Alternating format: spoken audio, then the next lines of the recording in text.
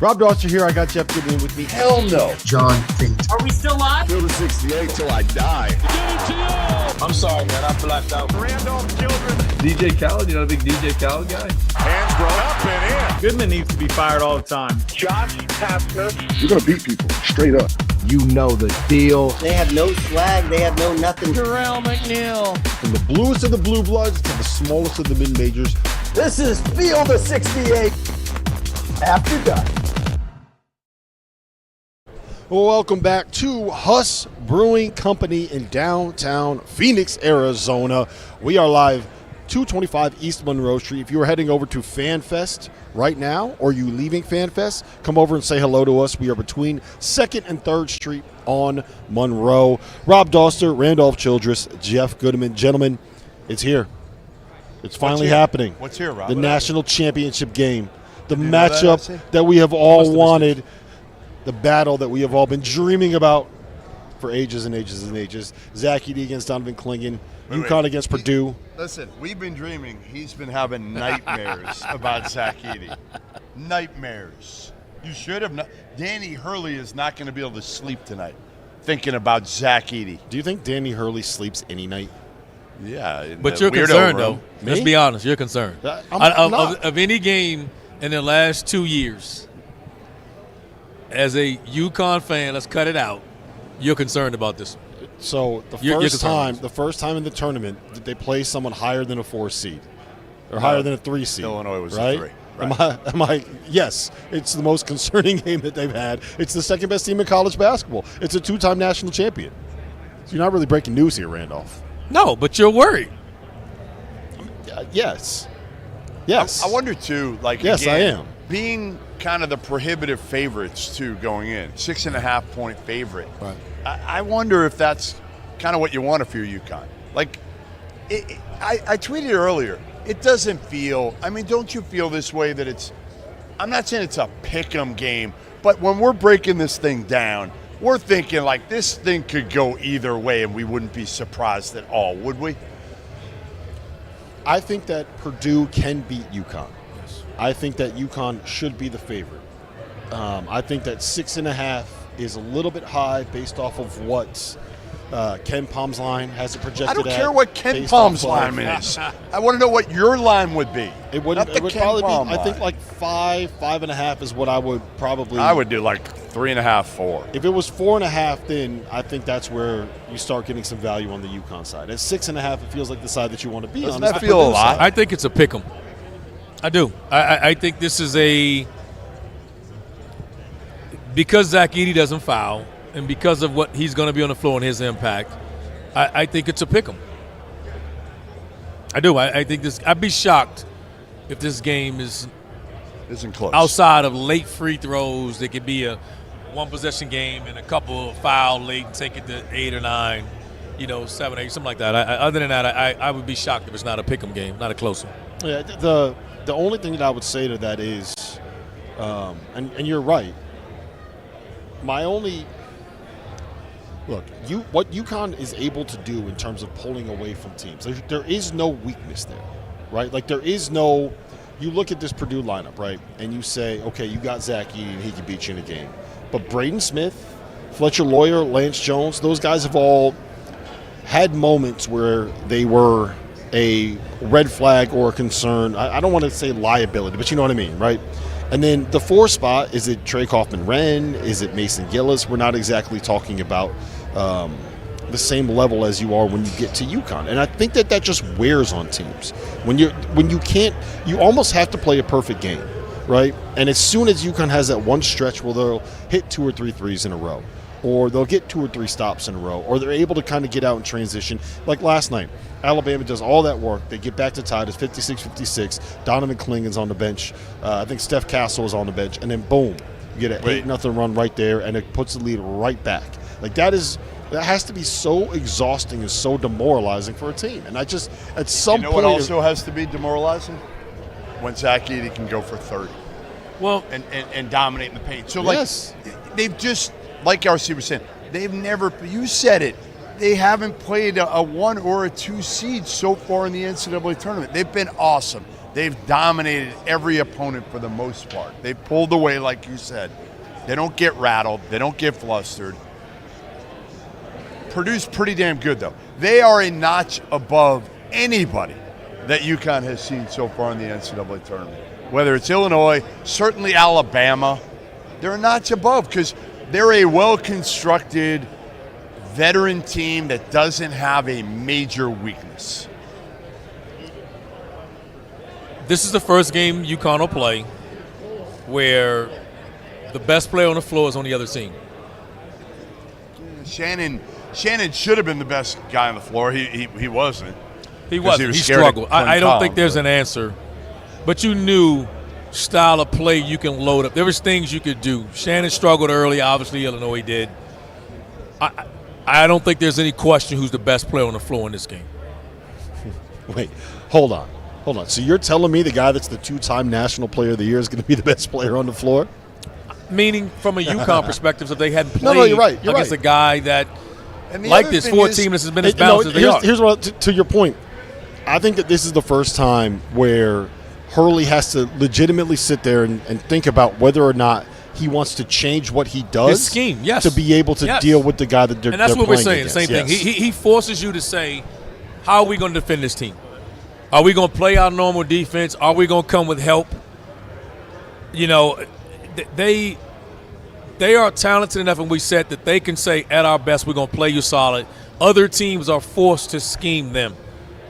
Purdue is the other team that we've seen all year long has been that way. They don't conform what they do. They don't change what they do. And that's the interesting piece that I want to see is these have been the 2 best teams we've seen all year long, and they don't change for anybody. They're not scheming you in the aspect of saying they're like, hey, this is how we play, this is what we're going to do. When we struggle, we're just going to do it better.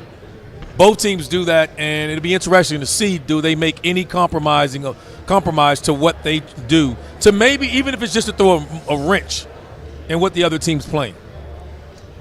Okay, so you said if UConn plays its A game, you don't see anybody beating it. If Zach Edey plays his A game and Braden Smith plays his A game, I think you see where I'm going with this. I do. And Fletcher Loyer plays like he did the other night.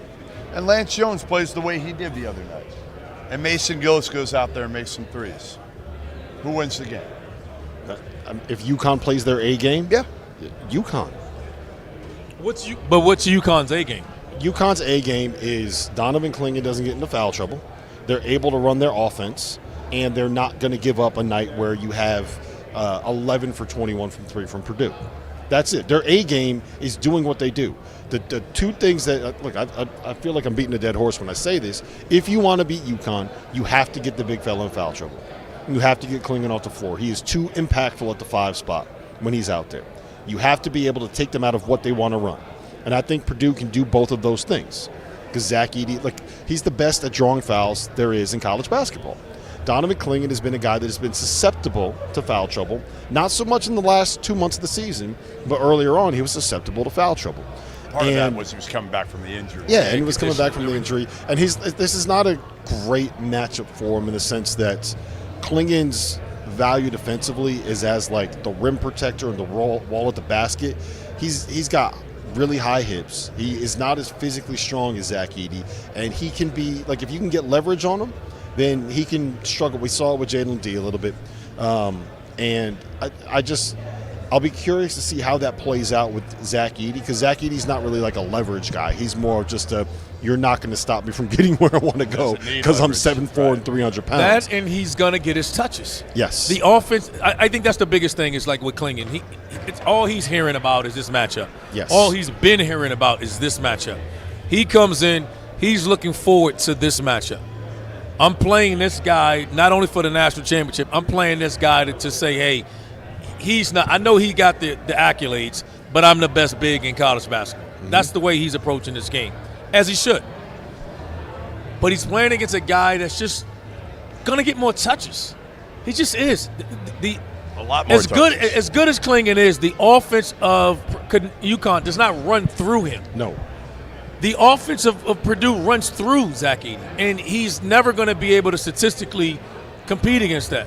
Now, but doesn't he know that? But you're not I feel like stopping Donovan Clingan's not going to be out there saying if Zach Edey scores on him, I got to go get mine. You think he's I gonna don't. be I like don't think that? he says I've got to get mine, but he's going to say, "Hey, I want to stop this guy." Sure. And I'm only saying, as a competitor, his way is saying, "Hey, we don't need help. I don't need help. I'm going to guard him one-on-one." Sure.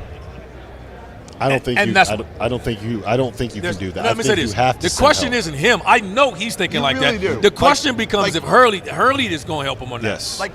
But you've got a guy who's basically the same size. How do you send help right away? I think maybe you're going to need to as the game progresses. what NC but are State- you going to send help to? I think what to Rob is saying Clingan? is that he's too important to us to let him get in foul And trouble that's early. fair. If he And I gets think a that's foul, what you're saying. sure. Prevent him, but I'm I would saying at the early beginning, on. Here's the other thing. I don't know if there's a team that is better when they get into rotation and when they get into scramble situations defensively than UConn is at being able to close down those open looks. Right, like I think last night Alabama was the first team that I've seen, and I've watched every possession of UConn basically this season. First team that I've seen that was able to get a paint touch, kick it out, swing, and get an open three before UConn was able to get to where they need to be defensively.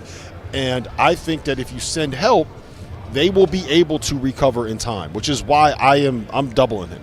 It doesn't have to be on the catch. I thought what NC State did, where they were digging down as soon as he put the ball on the floor, was really, really smart.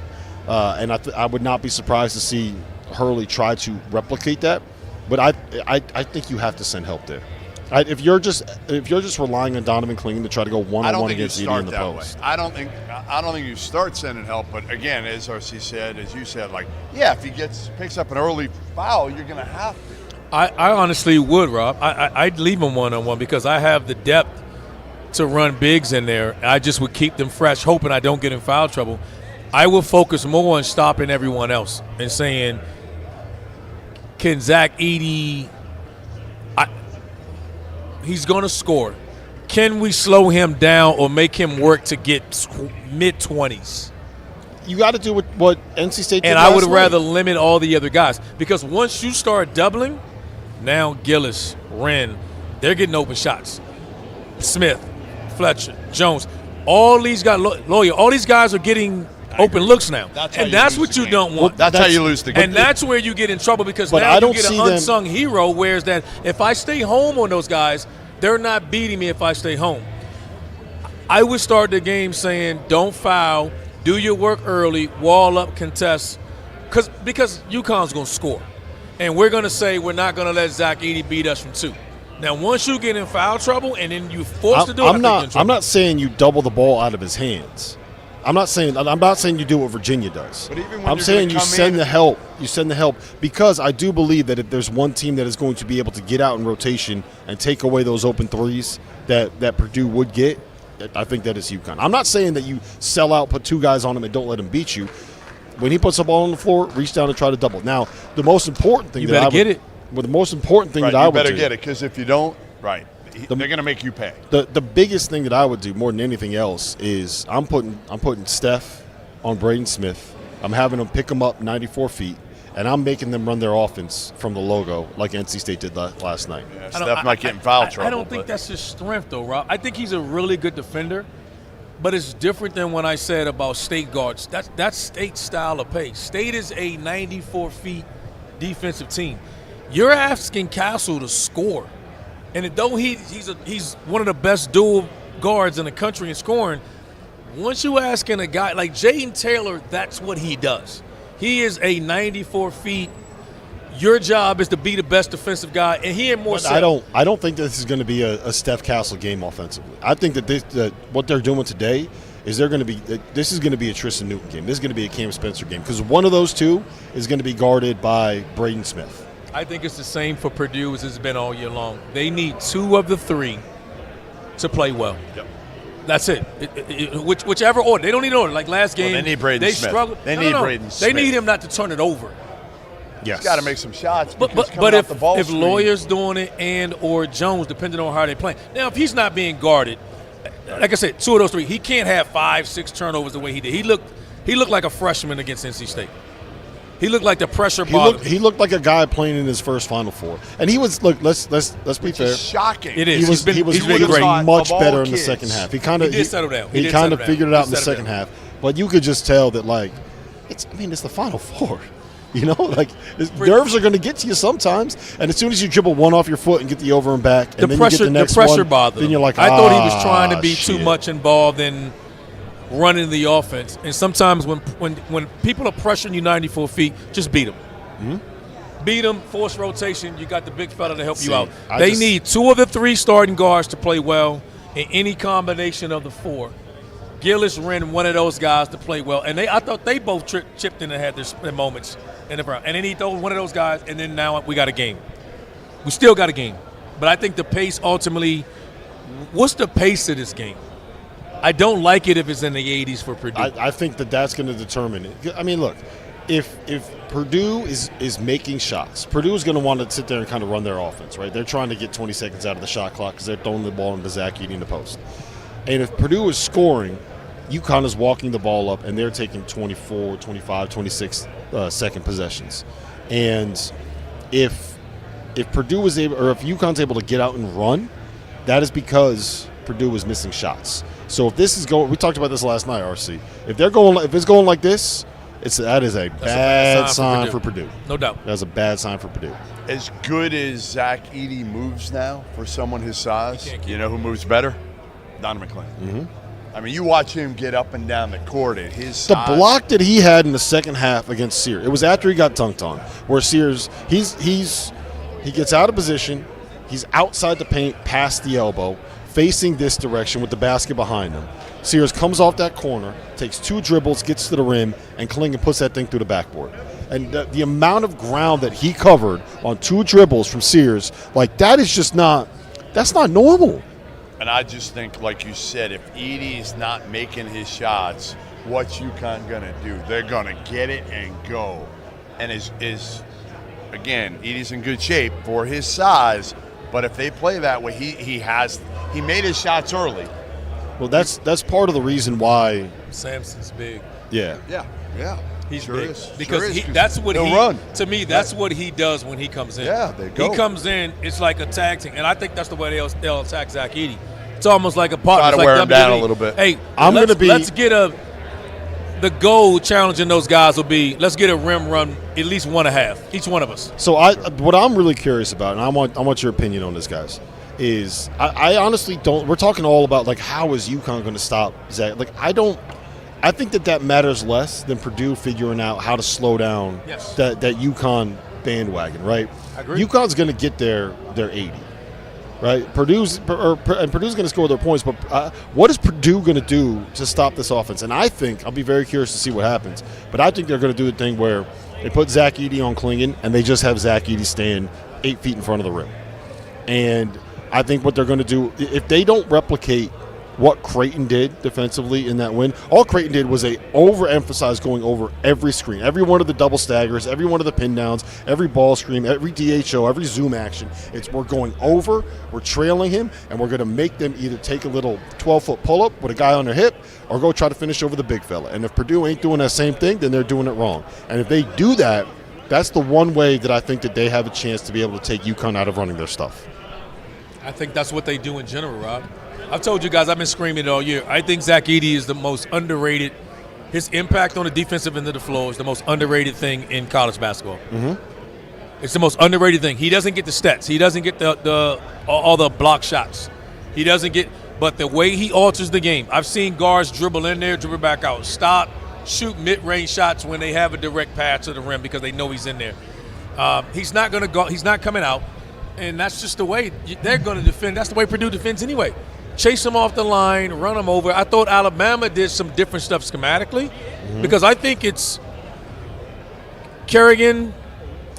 Who else am I missing if you're thinking about shooting from UConn? Who are you worried about beating from 3? I mean, Newton, if he's on. Newton. Well, no, but that's streaking. if he's on. He's streaking. I'm not – he's got to make a couple before. He's like Castle. Well, Newton and Castle are 2 guys that I'm like – because if they're hitting threes, you're not beating them anyway. It's over. Yep. If Newton and Castle are making threes, then forget about it. I don't think it's not the Newton three. Like I don't think that's it's what you Spencer want. and it's Spencer and Caravan are the two guys that I'm saying you got it. We talked about top lock. Yep. Top locking them on the way Alabama did.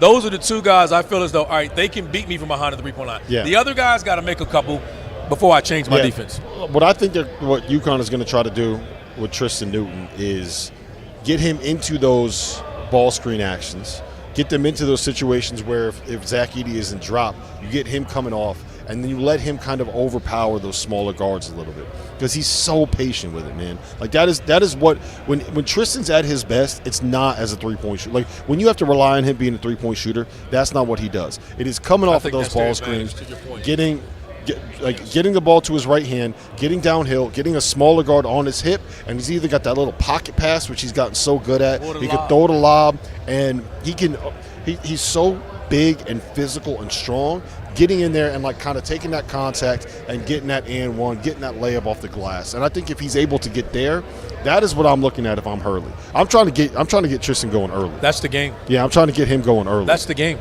The game is that. Because I think that's the game. The game is going to be Newton and Castle are going to be able to come off and get downhill. Eaton is going to be in drop coverage. His job will be to stay between him and Clingan so he can't get the lob. And everything from 15 to 8 feet is yours. They're going to give you that. Because even analytically, that's the worst shot in college basketball. They're going to give you that. What percentage of that shot will Newton, will Castle, will Spencer, will Diarra, all these guards, what's the percentage of them making 8 to 15-foot shots? And I think that goes both ways. I think both teams, which guards are going to be able to do that? Because both bigs are going to stay in drop coverage, stay between them and the basket, stay as low as the roller, alter the shots, and who makes threes, but more importantly, who makes the most 8 to 15-foot shots? I mean, I think UConn's got to make threes. I think they got to make threes. If they don't, they've still gotten away with it so far in this tournament. They've been that I don't good. think they get away with it tomorrow. No. You know, and I'm not saying they got to shoot 40+% from But they three. need to be like Alabama. But they can't. Yeah, they got to be able to make, 8-10 threes to beat Purdue. Because if Purdue's on, they're the best damn three-point shooting team in the country. We forget about that.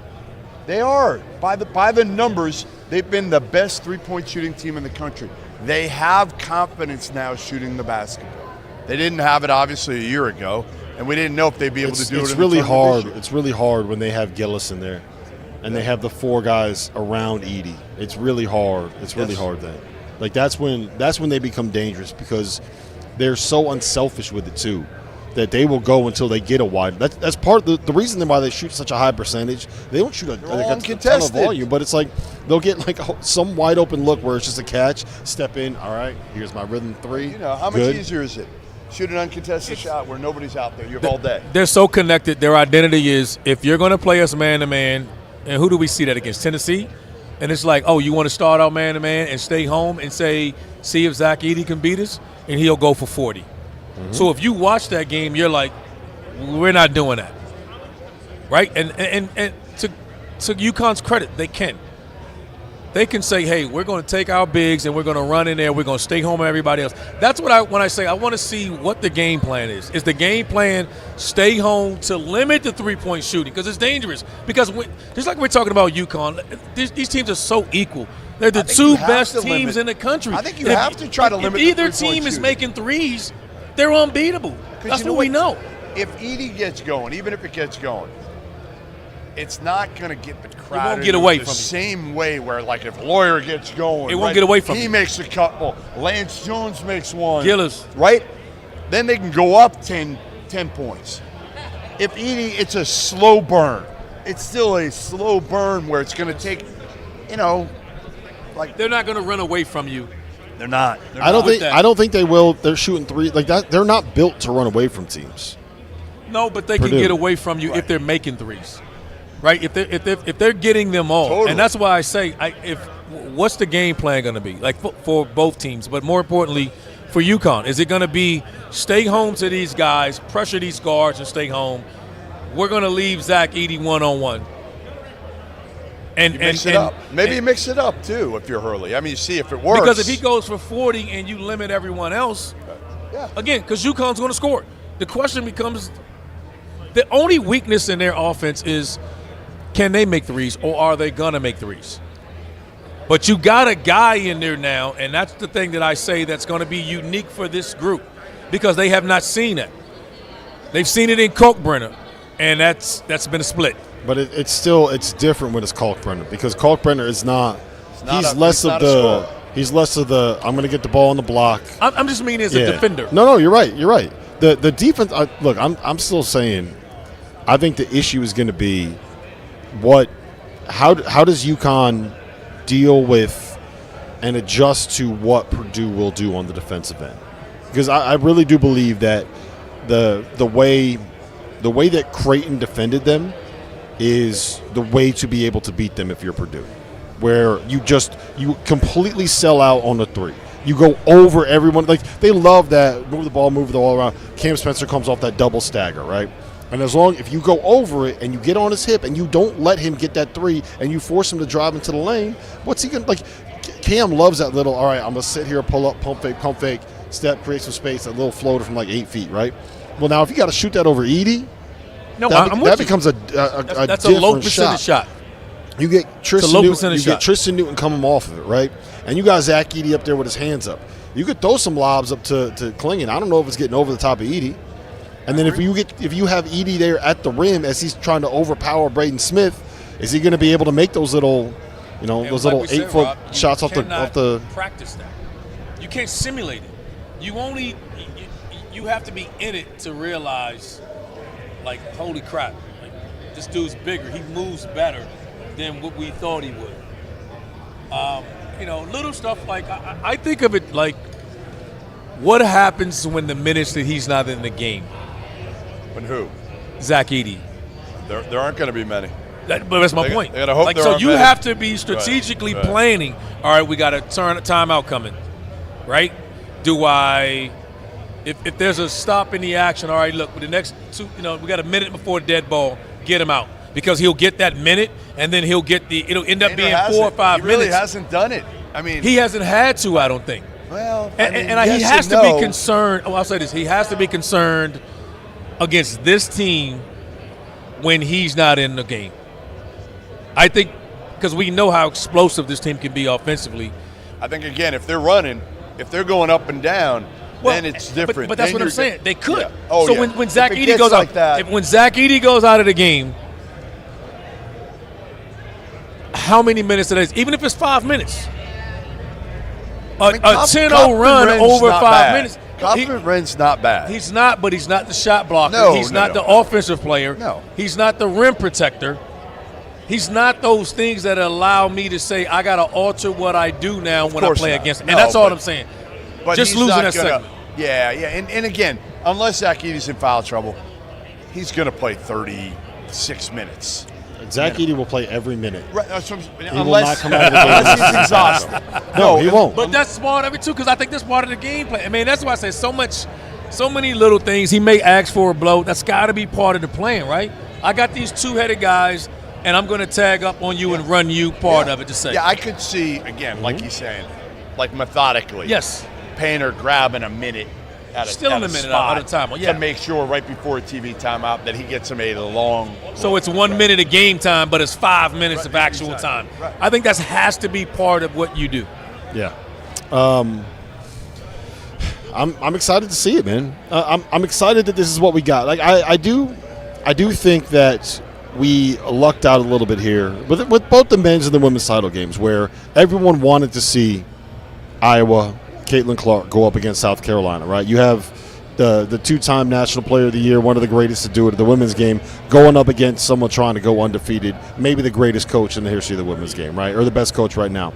And then on the men's side, we get the two-time National Player of the Year, the opportunity for Purdue to go 16, losing to a 16 to win on a title, against back-to-back, against UConn, against the blue blood that has won 5 of the last 25 national titles. I do think that we got lucky with the way that these matchups broke out. And when we come back, we're going to get to a break. We're going to talk about what these wins mean, what the legacy means, what happens if UConn goes back-to-back. That's next.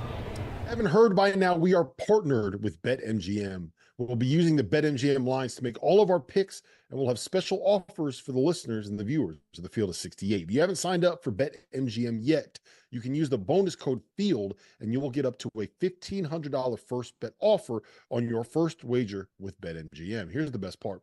All you need to do is deposit and bet $10 of your own hard-earned money. This is how you make it work. Download the BetMGM and sign up using the bonus code FIELD. Deposit at least $10 and place your first wager on any game. And 3, you will receive up to $1,500 in bonus bets if that bet loses. And most importantly, we have some fun stuff coming up for the Final Four. Bet insurance tokens, college hoops, odds boosts, and what I love, a nice little parlay boost, as well as a ridiculous array of prop bets on anything that you could possibly imagine betting on. BetMGM is and always will be the king of the prop bet. So go download the BetMGM app and use that code FIELD to sign up today. By now, you guys have surely heard about Autograph, an app founded by Tom Brady with the intention of disrupting the way that fans consume content covering their favorite teams. Here's how the app works. All of the podcasters and bloggers and digital creators covering a team have their content sent to that team's page in Autograph. Instead of having to bounce from site to site or try to navigate the only safe for work spaces that are left on X, you just scroll through Autograph. This isn't a hard sell. This is the truth. I'm a UConn fan. I use the Autograph app to keep up with the writers I read and the pods that I listen to. The best part is that every piece of content that you consume gives you reward points. The more you get, the more chances you have at things like discounted tickets and signed memorabilia. Whether you are a world-class athlete or a podcaster like me, we all understand the importance of mental and physical well-being and proper recovery for top-notch performance. After a 6-month season loaded with cross-country travel, I can promise you that proper recovery is a priority for me these days. That's why I'm excited that Unified Healing is sponsoring this episode of the Field of 68. Unified Healing is a new and super innovative global network of wellness centers powered by Energy Enhancement System, or the EE system. If you haven't heard of the EE system yet, you'll want to listen up. This technology promotes wellness, deep relaxation, purification, and rejuvenation. Whether you're here in New Jersey or at one of the hundreds of other locations across the globe, access to a center is easy and affordable. If you're interested in experiencing the EE system technology for yourself, go to unifiedhealing.com/unified68 to learn more and find a center near you. No material or testimonials on the Unified Healing website are intended to be viewed as medical advice or as a substitute for professional medical advice, diagnosis, or treatment. Always seek the advice of your physician or other qualified healthcare provider with any questions you may have regarding a medical condition or treatment, and before undertaking a new healthcare regimen, including the EE system.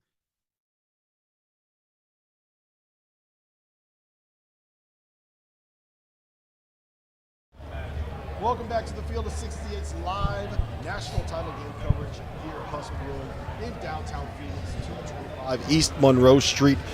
We have a special guest. Surprise, former National Player of the Year, former number 2 pick, former UConn National Champion, Emeka Okafor. Emeka, I want to start you off with this. Zach Edey. Emeka Okafor in his prime in 2004. Who's better? Who's better? I mean, I'm a little biased in this. I think, on a one-on-one matchup, it'd be tough. He's a big boy. He's skilled. He knows how to use his body. He has a nice soft touch around the rim. Me in my prime, him in his prime. I think I would hope I would have the edge. How would you guard him? Just physical. With him, you have to start guarding him early. Once the closer he gets to the basket, his effective rate just increases and his advantage increases. So it's really just making him fight for position, making it as tough for him to use his hook, and just trying to wear on him the whole game. How do you see this matchup going, Emeka? Clingan, Edey. Obviously, Clingan, listen, as good a defensive player as we've seen in a long time. How do you see this one go? You know, again, I'm biased. You know, I like Clingan. Try to be objective. Well, listen, so is Rob, so don't worry. You know, so what Edey has, you know, over Donovan is age, right, and experience. Although not championship experience, you know, Clingan has been here before. This is his second time. He hasn't faced a player like Edey, but I think they match up well, and this is the matchup that I've been wanting to see for precisely this reason. You know, me being a big and just wanting to see two, you know, skilled big men just go at it, and what better stage than a national championship. Is it nice to see this resurgence of big guys? Big man basketball is back. Physical basketball is back. Tyler Hansborough's on the show, and he says all the time, make basketball physical again. Yeah, no. You like seeing that? I love seeing it. You know, I love when, you know, players can use all their strengths. You know, if you're you know, a guard and you're quick, cool. If you're big and you're strong and you're powerful, hey, man, you know, let them rock. And I think is return to that point. I want to ask you about this, just kind of UConn big picture. There was a 9-year period where it wasn't really all that much fun to be a UConn fan, and I'm sure as a UConn alum, it's when we're talking about Shabazz going to a Final Four and Kemba Walker winning a national title, it's a lot easier to get excited about being an alum.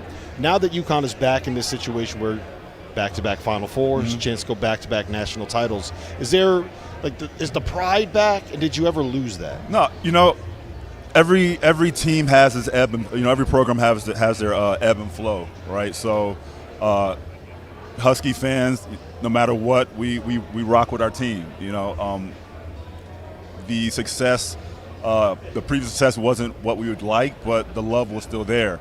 Now that the team is back to where we feel it should be, I don't think there's necessarily more love. We're just more excited. You know, you know, I always tell people UConn fans are the greatest fans, and craziest fans, definitely. Craziest fans, super crazy, and you know, they love you whether you win a championship or not, forever. If you put on that UConn jersey, you'll be forever loved and forever cherished. And as a player, you know, you want to try to bring some pride and bring a ring or two if you can. So as a former player, it's very rewarding to see what Dan Hurley and these group of young men have done these past 2 seasons, and you know, hope we'll continue that success down the line.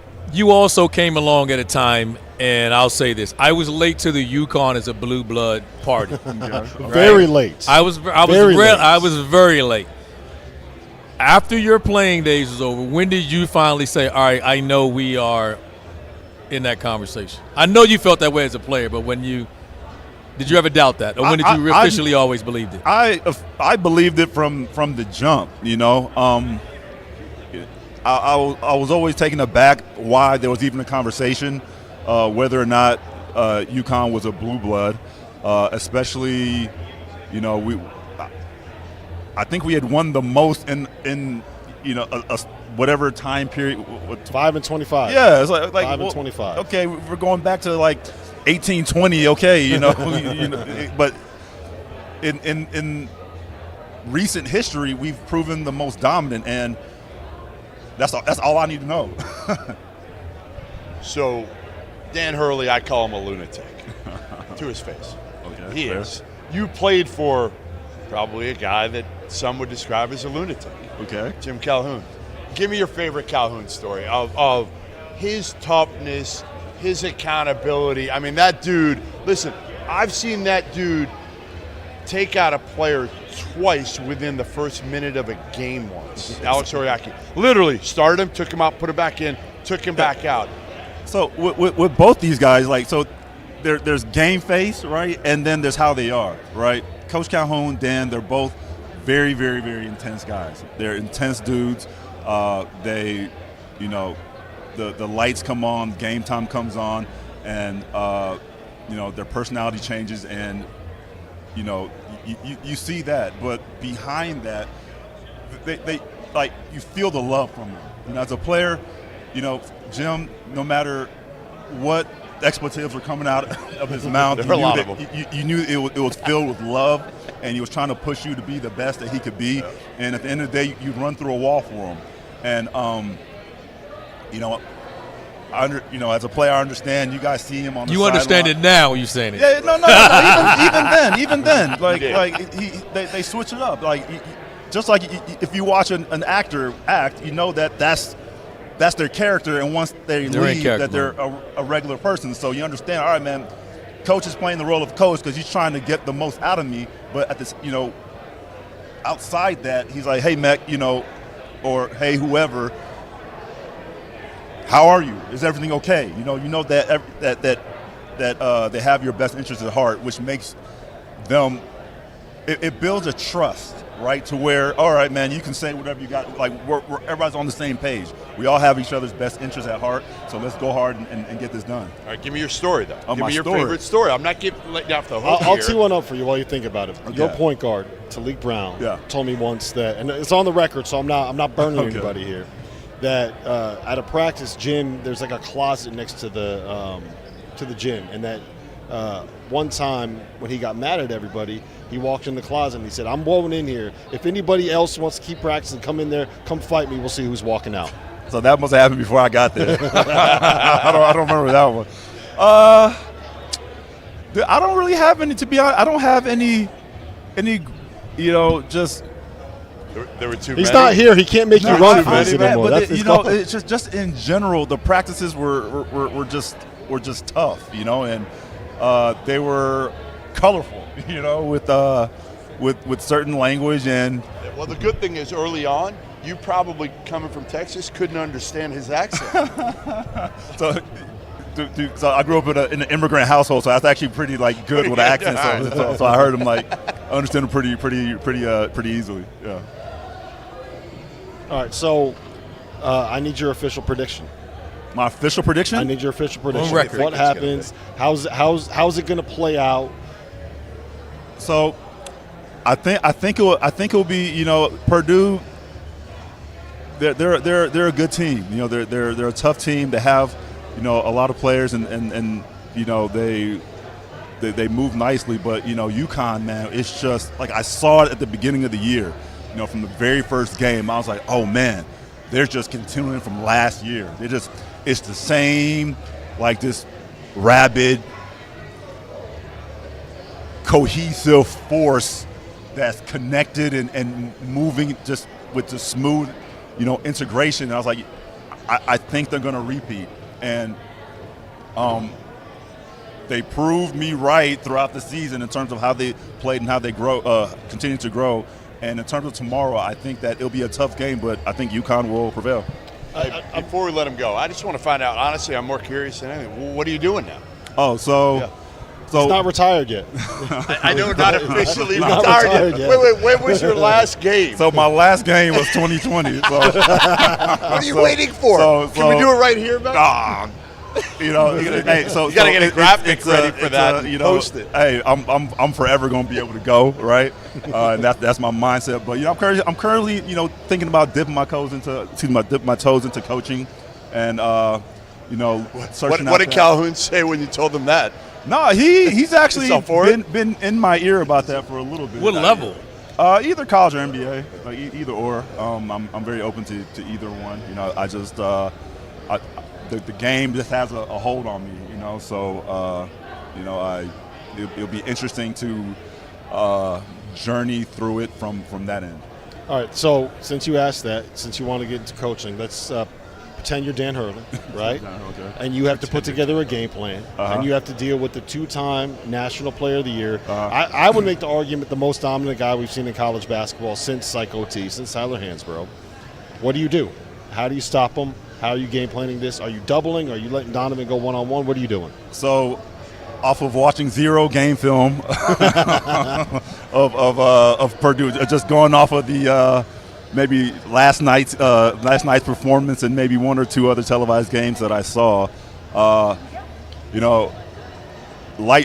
would start off just one-on-one and to see where it goes from there.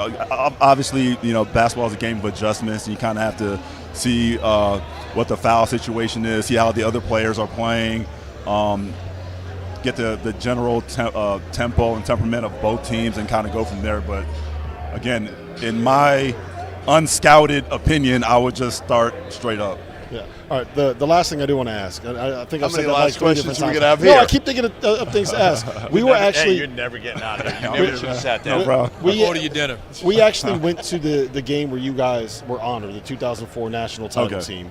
I think UConn beat Xavier by about 673 points in that game. And I was able to drive us there in a snowstorm, if you remember that. You did a good job. Yeah, I'll I did give a you good that. job with that. But like you got the whole team back together, and Ben was there. How nice was it to kind of see him in that environment back with the group? Yeah, no, it was cool to see. You know, we all keep in touch with each other through text and phone calls, and everybody in particular Ben I've seen in person at various times. But that was the first time that we had all been together at one time. The dinner before, we all had dinner before the night before, and it was cool just sitting down and just letting that vibe and feeling come right back from when we all played. And we were all a little older, we all had kids and wives, but it was like you were 22 again. It was like we were 22 again, man. You still look like you're 22. Thank you. Worry. You look good. Yeah. I don't know if you can still play. I know you're saying you're not retired yet, but when you talk about coaching, when you coach, by the way, you're going to have to retire before you coach. I don't think so, actually. You're going to be a player coach? No, I'm saying you don't officially have to retire. So you're never going to retire is what you're telling I mean, us. what's the retiring is like a mindset. Why do you have to definitively put like a stamp on something? Just hey man, let it ride. I'm still active. That's right. Your all-time UConn starting five. That's My a tough one. That's going to be the hardest all-time question that you have to answer today. UConn starting five. That is, by the way, Rob's sixth final Let's make it easy. Let's go with your point guard first. Who we got at the point? That's not easy. No, that's hard. No, I That didn't is want to not put easy. himself in the name of big first. So I said, give me your point guard. Probably the hardest decision you got. Dude, this is like, I gotta go with my man Talik, man. That's He's gonna bring his whole I gotta team. pick. Yeah. So I'm gonna pick my whole squad. Right. I'm doing that. Come on. So no, okay. So let me.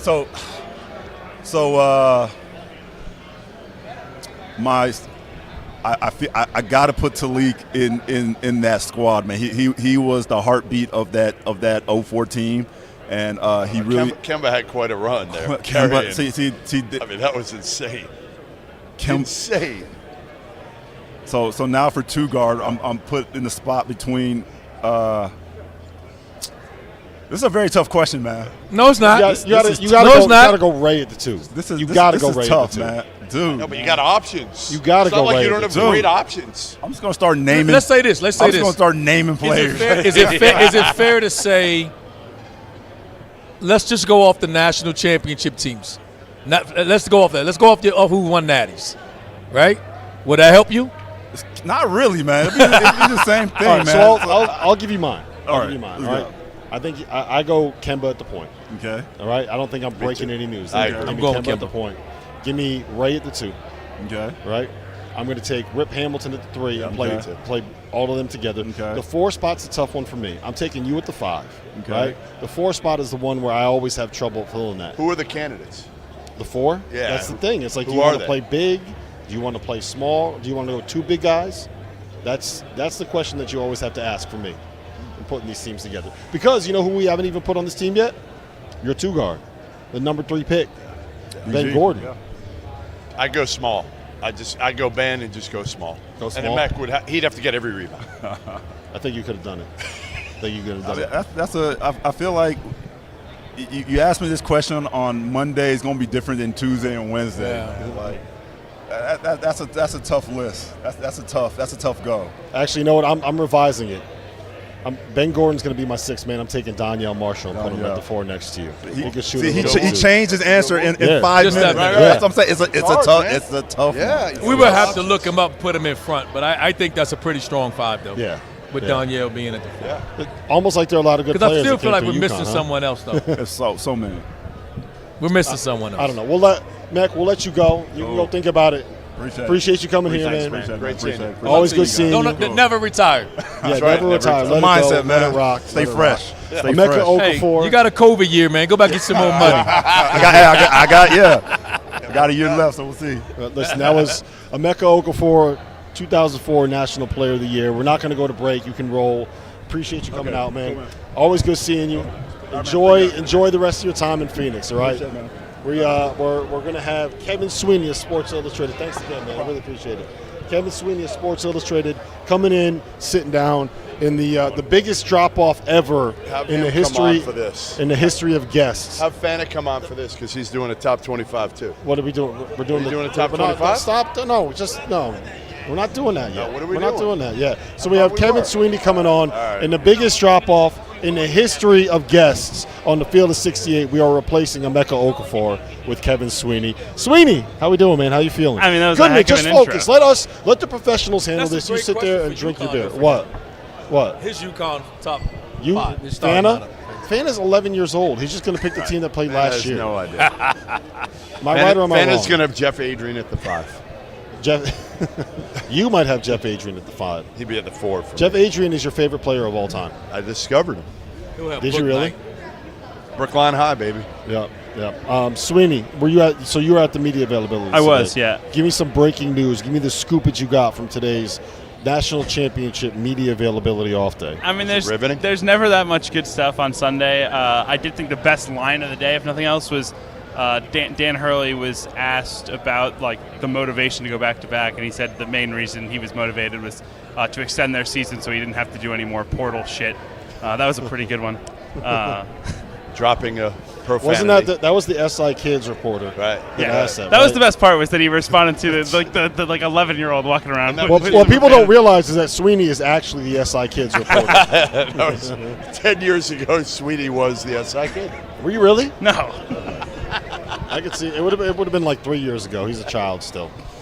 So Hey, I tower over the You SI got Kids report. nothing. You literally got nothing out of today. You went over there all day, and you came back from we said, go over there. We need some real good info, and you came back with one line. I mean, I can list off everything that everyone said, but I don't know how productive that is for the listeners. I mean, if you didn't think it was worth your time to go, I didn't go. then why is it worth all of these people's time to Hey, listen? I watched the women's championship game. I made the right call. Fair enough. It was a great game. It was a great game. South Carolina. go ahead, talk about it. Perfect season. You've wanted to talk about this all. I have. day. It was a Go great ahead, game. talk about it. Let's listen, go. Get into it. Am I wrong? Yeah, let's get into it. Like Iowa gets out to this big lead. Caitlyn Clark comes out, firing right away, making shots, and it looks like, man, South Carolina's in trouble. And then they come back, they get it to, I think they were up 3 points at half, and then they pull away, and it looks like it's going to be, the route's on, but Iowa kind of kept it close enough. But Don Staley in South Carolina win another title. Caitlyn Clark comes up short for the second straight All year. right, so let's dive into this. Let's have this argument. Let's have this discussion.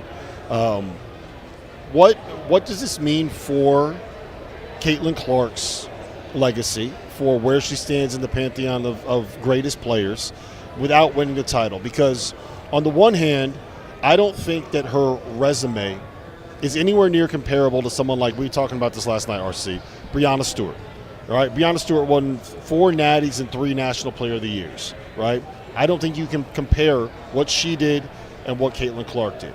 I think you can also make a pretty strong argument that Caitlyn Clark doing what she did and getting Iowa to back-to-back national title games is individually more impressive than Breanna Stewart taking a team loaded with WNBA players and winning 4 natties, right? So I kind of see both sides.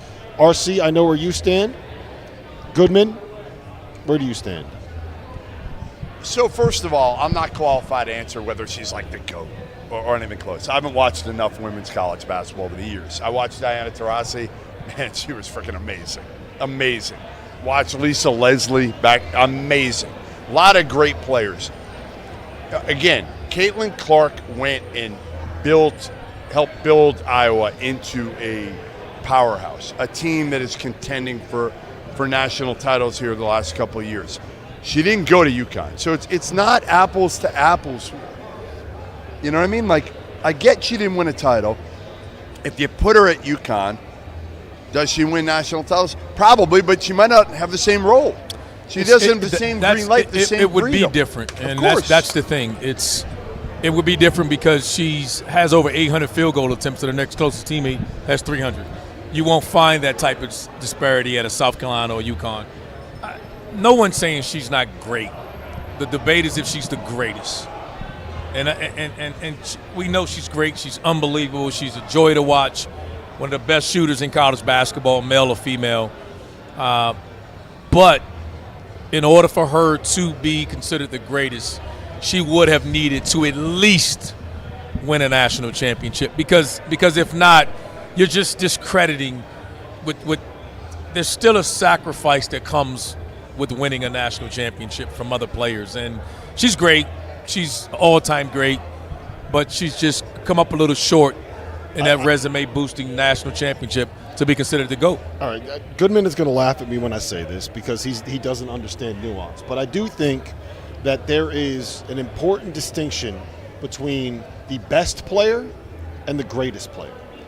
Does that make sense? Like most accomplished, right? Yeah, like that's really what we're getting to, right? Yeah, It's like the best player is like if you're picking number one in a draft, right? And Sweeney has bees crawling all over him right now. I'm really impressed with you, by the way. He's Yeah, not I'm even allergic to bees. bees. I'm out of here. As, and I'm going to run. If he comes over here, I'm gone. I think got an that EpiPen in my you can bag. make a very strong argument that Caitlyn Clark is the best player that we've seen in women's college basketball. I don't know if I necessarily agree with how it, can you but you say can it make again? but you can hold on. Stop cutting me off. Turn his mic off. You're not. I think you you're can not- make the argument. You haven't that- seen enough of it. I never said it. So listen to the nuance. Listen to the words that are coming out of my mouth. You can make an argument that she is the best player in women's college basketball. I don't know if you can make the argument that she is the greatest player in women's college basketball because great to me, to reach that level, to the GOAT status, has to include championships. You have to include rings. You have to have your team at the pinnacle of the sport and not just does that mean not just yourself? So That's fair. I think she is the best female women's basketball player. And I think it's okay to say she's not the GOAT. She needed to win at least one national championship to be at the table.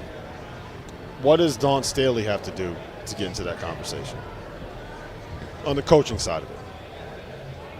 I mean, is it just hang around for long enough and keep doing this for another decade? Listen, that she has to continue to do what she's done for some time. I just don't think. And listen, I'm a huge Dawn Staley fan. We were in college at the same time. I think that makes she's her how old? What? It makes us young. That's what it makes. It makes us young. I'm just thinking how many more years she could have left to be able to coach. I think she has it. I think she has it in autopilot, and I think she can continue this run for quite some time. But you can't just be dismissive to what Gino has done and some of these Pat Summitt and some of the runs that they've had, and just say, oh, you got a couple of natties and you belong at the top of that conversation. She's going to have to win a few more.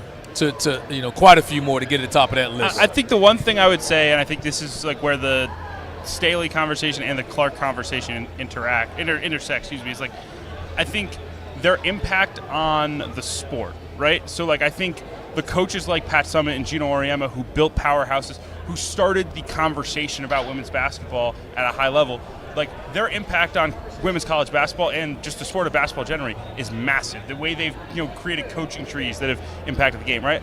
I think Caitlyn Clark as a player has a similar impact because of the attention she has brought to the sport, the way that young girls will want to go play the sport. This will help the talent level in women's basketball for a decade, right? We will feel this in 2032, what Caitlyn Clark did in 2024. I think that's where it still kind of remains to be seen what impact Dawn Staley will have. Obviously, championships are incredible, and she is a phenomenal coach. But I think, to me, like what makes me say someone like Gino and someone like Pat Summitt, like their impact on the game trickling down over generations is what makes them legends. And I think Caitlyn will be in that conversation when it's all said and done. And Dawn Staley sure as hell will be in that conversation. Absolutely. When we talk about the greatest NBA player of all time, a lot of times, what does it come down to between Michael Jordan and LeBron James? Rings. Right? It's all rings. Rings. A lot of it, that's the differentiator. It's why you play the game, Right. it's always will be the standard. Sometimes I get so frustrated with that rings culture though, where all anyone wants to talk about is how many have you won? It's how not many all, this? but it's to me, it's really frustrating, especially at the NBA level. And this is a different rant for a different time. I know it's a college basketball show. And Dagan's over there giving me the break sign. You know what, Dagan? Give me a second. I got to say this. It's almost like you can't appreciate how good a player is, how good a team is, how good a game is, how good a sport is, if it doesn't result in a championship. And I get it, man. That's what everybody is playing for. But sometimes it's just awesome to watch these guys play. You don't have to be an NBA champion to sit here and appreciate and say, Joel Embiid is an incredible basketball player, and I love what you know. But what I mean? Rob, Like, you have to when you want to be included in the greatest to ever do a conversation. No, like this generation throws around the GOAT like it's just the words you just like brushing your teeth. But there's very few at the table I'm with you. added. I'm not saying that is what has to. I'm not saying that Caitlyn Clark or Joel Embiid should be in the GOAT conversation. Right. What I'm saying is that it's frustrating to me that we can't appreciate. At a certain level, it's hard for people to appreciate how good some players are if they can't get that ring. And sometimes it's like you just got to watch greatness be greatness sometimes as well, right? No, that's fair. Yeah. I think that's a fair conversation. It's true. And you don't. Sometimes you can't control the circumstances of where you're drafted or where you go, right? And that's where I think a Caitlyn Clark gets applauded. And there's certain players that'll get drafted in the NBA, and you're not in a championship organization. Mm-hmm. And I think that's part of where a guy like Mike, people say what they want with Mike, he goes to a bad organization in the Chicago Bulls at the time, and he makes it that. I think that's why younger generations don't understand where he went somewhere and he's like, all right, this team sucks, I'm not leaving. And that's a whole other debate. I think they're two separate things, though. It's just you can appreciate someone's greatness, but here's how we turn this back to the men's game, to the men's final, is that if Zach Edey doesn't win the national title on Monday night, there are going to be people that say, oh, he's not this, he's not that. We told you he was a fraud. He was a two-time national player of the year, but he's overrated, just tall because he couldn't win a national championship. Well, you know what? He had, as Jeff Goodman put it, an off night the other night, and he finished with 20 points, 12 boards, 4 assists on 9 for 14 shooting. So it is what it is. Listen, I'm getting yelled at right now, Randolph. We are going to continue this in a second. We got to go to break. On the other side, I'm going to let Randolph yell at me about whatever he had to yell at me about, because you could see it in his eyes. He was getting fired up. That's next. If you haven't heard by now, we are partnered with BetMGM. We'll be using the BetMGM lines to make all of our picks, and we'll have special offers for the listeners and the viewers of the Field of 68. If you haven't signed up for BetMGM yet, you can use the bonus code FIELD, and you will get up to a $1,500 first bet offer on your first wager with BetMGM. Here's the best part. All you need to do is deposit and bet $10 of your own hard-earned money. This is how you make it work.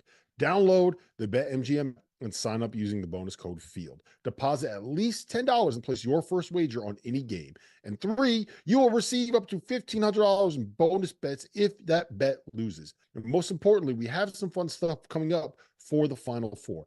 Bet insurance tokens, college hoops, odds boosts, and what I love, a nice little parlay boost, as well as a ridiculous array of prop bets on anything that you could possibly imagine betting on. BetMGM is and always will be the king of the prop bet. So go download the BetMGM app and use that code FIELD to sign up today. It's time to talk about Vaulted. Vaulted is an app that allows you to store your predictions now and forever. It also allows you to challenge your friends to prove that your takes are, in fact, smarter than theirs. But what makes Vaulted great is that it allows you to keep all the receipts that you need to prove that your friends are not as smart as they think they are. With that in mind, let's roll through the 5 worst Vaulted predictions that were made on the Field of 68 After Dark this season. On November 6th, Jeff Goodman predicted that St. Mary's would make it back to the Final Four. They lost in the first round of the NCAA tournament. On November 29th, it was predicted that Arkansas would win the SEC. They finished 12th out of 14 teams. That prediction was made by Jeff Goodman. On December 13th, it was predicted that Michigan State would win the Big Ten. They finished in 6th place. That prediction was made by Jeff Goodman. On December 29th, it was predicted that Miami would return to the Final Four this season. They finished 14th out of 15 teams in the ACC. That prediction was made by Jeff Goodman. So download the Vaulted app that's spelled VLTED from the App Store now and start keeping all of those.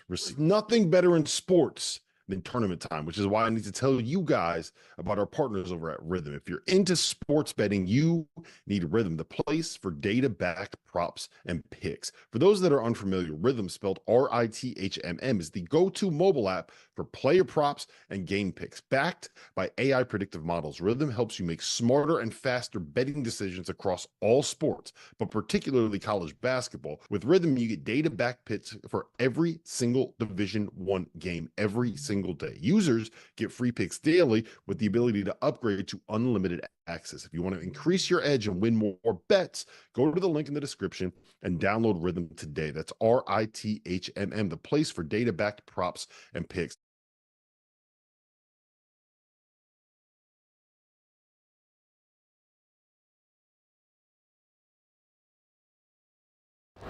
Welcome back to the Field of 68, live from Huss Brewing Company on East Monroe Street in downtown Phoenix. Here we go, fellas. We are 25 hours away, just outside of that, from tip-off of the national title tilt. John Fanta, Kevin Sweeney, CBB Central. I can't wait to hear your way too early top 25. I know you have been locked in at all hours of the night like you as well. Yeah, like I'm going to throw darts. That's how we need a dartboard, and I'm going to throw darts for my preseason top 25 because that's why your top 25 always stinks. That's why you see mine and heat checks, and we do a little work, and ours turns out good. Good.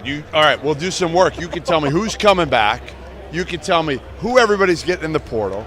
You can tell me all that. It's a snapshot in time. Tell me snapshot in time. All right, so snapshot in time. Tell me now where UConn will be. I've got them on Tuesday. Fifth. They'll be fifth on Tuesday. Tuesday. Give me the roster. Why would they be fifth? Right. Tell me your snapshot in Dan time. Hurley. Why they deserve to be fifth. That's Dan why Hurley. I went bold. So with 5 guys. We'll first, dive right? into it. So we'll talk about it. We'll talk about that in a little bit. Got me fired up, Sweeney. Well, I'm going to give you up. the visual here if you're talking about biggest takeaways from the press room today. Because I went over to the stadium. What was it? I walked in, and Jeff Borzello is knee-deep in his laptop. And I go, Jeff, what are you working on? And he goes, top 25. He goes, I'm working on the top 25. I got to get the Maryland starting lineup now for next year. You're like, good luck. It's pretty easy. Actually, Jacoby Gillespie, Rodney Rice, Deshaun Harris-Smith, hustle. Julian Reese, and Derek Queen, starting 5. There you go. Yeah. There you go. Henson. That's why you have them in the top 20, because you can actually name their starting 5. Most teams, you cannot do that. That's why there's no evaluating protocol for this. Like, no, that's why I said, give me a dartboard. Right. Right. John, I as like the we dartboard. get I like the closer, dartboard theory. Right. It's true. I do too. I mean, I'm throwing it at the dartboard as well. We'll get into it. I want to talk to you, Mr. Henson, and get your thoughts as you join our set here for hour number 2.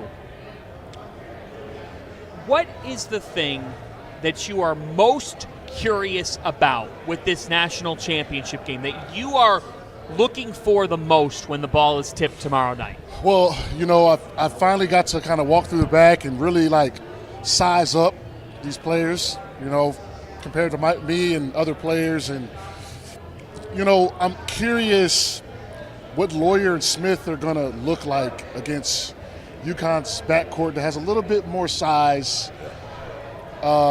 Is Caravan going to be able to bang down there at the 4 spot? I think that's 4-spot battle. Kaufman, Wren, and Caravan. If Caravan can keep him off the glass and physical and space him out, I think that's going to be the swinger because Edey, Clingan. I think you're going to see a lot of Mason Gillis. Yeah, okay. Also. Yep, you're right. I mean, that's the one thing right. that Matt Painter has at his disposal. He can kind of see which matchup he likes better. But if you have Kaufman, Wren in there, again, the spacing isn't nearly as good. If you have 4 shooters around Edey, if they're making shots, I would go. And I think Kaufman Wren was big early on in that game for getting extra possessions, and that kind of got Purdue off to a good start. Yeah, look, I think the interesting thing with Caravan is I think people have felt like you could go at him, right? He was the one guy on UConn that you felt like you could go at defensively. And Alabama went at Caravan yesterday. He had a couple of big-time defensive plays. Like, he had that block, I think, on Sears. He did. Sears that was big. That was awesome. Like, Scatter report. Right, again. He sat on that. People have felt like that was the one guy you could exploit. And if you can't exploit him, all right, like, where is it coming from? So that's why, to me, if Purdue's not going to be able to consistently drive the ball against these guards, then the entire story of the game is the Edey Clingan matchup and how many minutes Clingan can play, right? If we think about it as basically a binary of every minute that Clingan's on the floor, Purdue and UConn play one-on-one in the post, and every minute that Johnson's on the floor, they have to double, and then they can get rotations, right?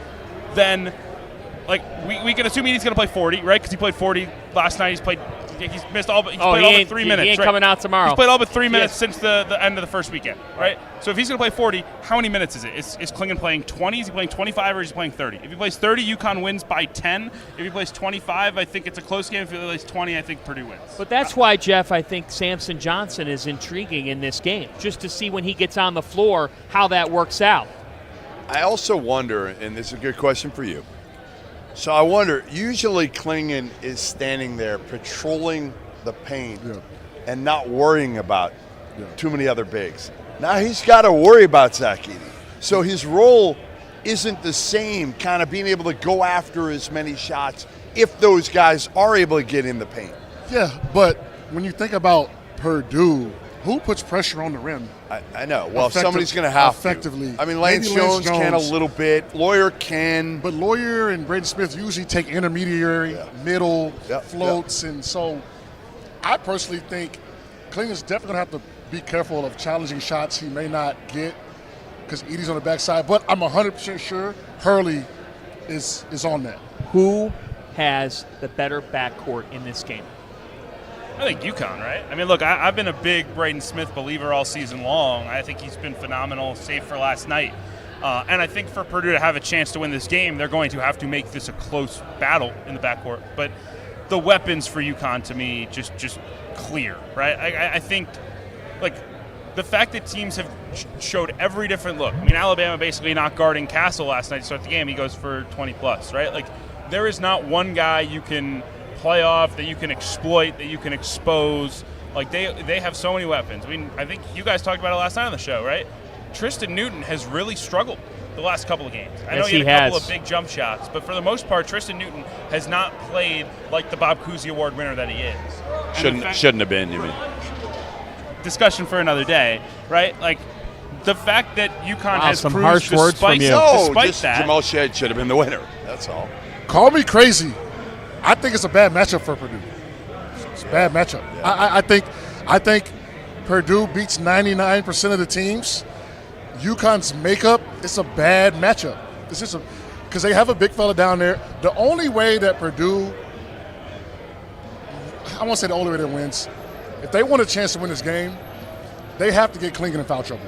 That's the only way. So then you gotta help. And Samson got to help Edey, and make it start. And then if it's going to go mano-a-mano, I love Zach Edey making tough twos. I love that. That's in today's game, making tough twos, they'll at least be in the game. Jeff, do we know the location currently of Jeffrey Anderson, Roger Ayers, and Terry Oglesby? The coaches are wondering. I don't know what. Yeah, I'm not sure what the coaches' hotel is, but those guys are going to have a hard time. They're going to have a hard time trying to officiate this with two big boys like that. What do you hope for? I mean, again, you want to see let them play. You want to let them play. You don't want. I hope they don't make calls in that first minute. So look, the one thing I'll say with the let him play thing is that, like, letting him play is a disadvantage. Is artificially punishing Purdue for Zach Edey getting fouled every possession. I don't agree with that. Like, it's not. No, it's not fair that Zach gets fouled every trip. And Painter talked about this earlier in the week. Will he get fouled every trip? He does by every other opponent, right? But Clingan's his size. Look, I'm saying his size. So when you audit the foul calls against Zach, they are all fouls. They are all fouls. But Zach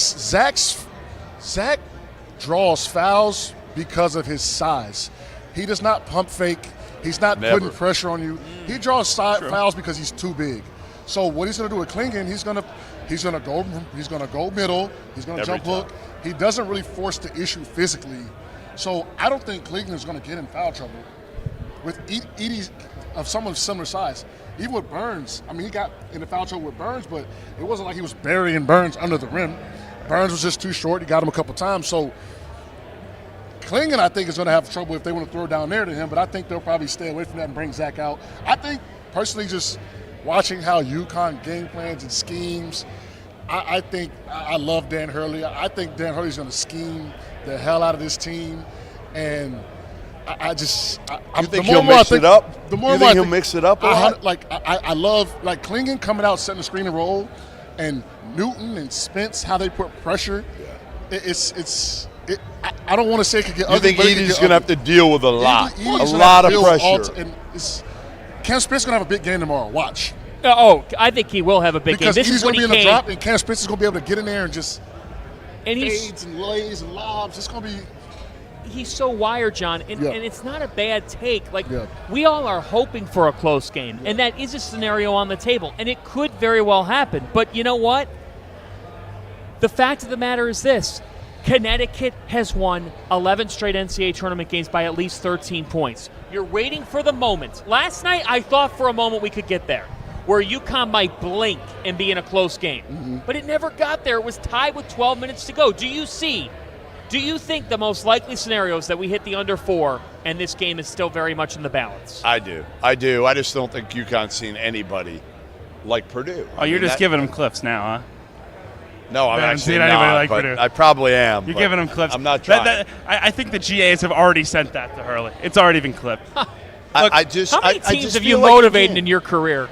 I don't know. Well, Baycott said, a couple of years ago, that was certainly one that they played the clip. And Hubert Davis actually came up to me after, and he's like, thanks for that. Nate Oates thanked us. Yeah. Well, I said, I'm 52, and Mark Sears can't guard me. I just look at like they lost to Illinois by 7 or 6. I mean, they beat Illinois by 6 at their place. Right, it's a home game for Illinois. Nebraska blew them out of the water. UConn doesn't really have any losses like that. I mean, they got blown up by Seton Hall. That's Creighton. Yeah, Top Seton 5. Hall, Top Seton Hall by 5. 15. Right. But They're a champion, though, as Dagan Hughes would point out. Seton Hall's a championship team. Look, I will say the one thing with UConn, in this incredible stretch of 11 games, so everybody talks about it, and it's all earned. Like, this is not taking anything away. They have not played a 1 or 2 seed. Right. We talked about that earlier. Purdue is That's right. as good. Like, Purdue is a championship-level team in any year in college basketball. Henson, so you're giving the 6.5 here. You're loading up. I am Loading up, Listen. giving the 6.5. I'm with you, John. I have literally been hammering UConn spreads. Last year I hammered it. So I have nothing to lose. I mean, my units are insane on UConn right now. See, Henson bets. Yeah, you know what I'm Henson saying? bets are almost as good as KenPom, Yes. So which is the metric that we all learned about this season. Yes. Issued I can't wait till the 2024-25 preseason KenPom rankings are out. No. In fact, why aren't we releasing on Field of the 68. KenPom top 25? Can you text Hansborough and say, Right? could you file a way too Right, early right. top Can we get- 25 to us? yeah. Number 1, North Carolina. Kentucky not ranked. Duke's not ranked. Will Kentucky be ranked in KenPom? No chance. No chance. Wasn't that revealing this year that Hansborough actually has a stronger dislike for Kentucky fans than he does of Duke fans? Yeah, he can't stand him. Well, they get on him, man. They get on him. He enjoys it. He does. He enjoy it. enjoys Here's it. a question that was asked in the interview room today. Not interview room, the media room. We were talking about, most anticipated national championship games since. Somebody said 2015 Duke, Wisconsin. Duke, Wisconsin. That was a good one. That was a good one. Kaminsky, Decker. Where do you put it? I mean, listen. Like, I thought that Gonzaga-Baylor game was going to be great going in. Yeah, I was think a bubble. anticipation-wise, It was Gonzaga terrible. Baylor, like It ignore was the terrible. bubble, right? Like Right. if this was if that was a normal tournament, that would have been Yeah. incredible juice. Yeah, I mean, maybe just- those brands aren't quite as big as UConn and Purdue, but they're not like small. They've been winning for a while. Yeah, they were 1 and 2 all year. I mean, Carolina, Kansas is like a Yep. massive brand battle. It wasn't the two best teams. No, Right? I think no. this is the first time, other than the bubble tournament, Right. where it feels like the two best, like unequivocally best teams in college basketball Right. this season are playing in the national championship, and that's cool and that's great for the sport, right? That's like people are going to tune in because we On talk all year back-to-back about this. days, we're getting it. The women's game and now the men's game. And, yeah, the women's game, I think, delivered. Can the men's game do the same? Can it be close till the under 4? I think it's going to be. I really do. Henson does not think that. Well, because he thinks Clingan's going to, like, hold Edey in check. I'm not worried about. I am not worried about the Edey guards. on Clingan. Edey's going to do what he does.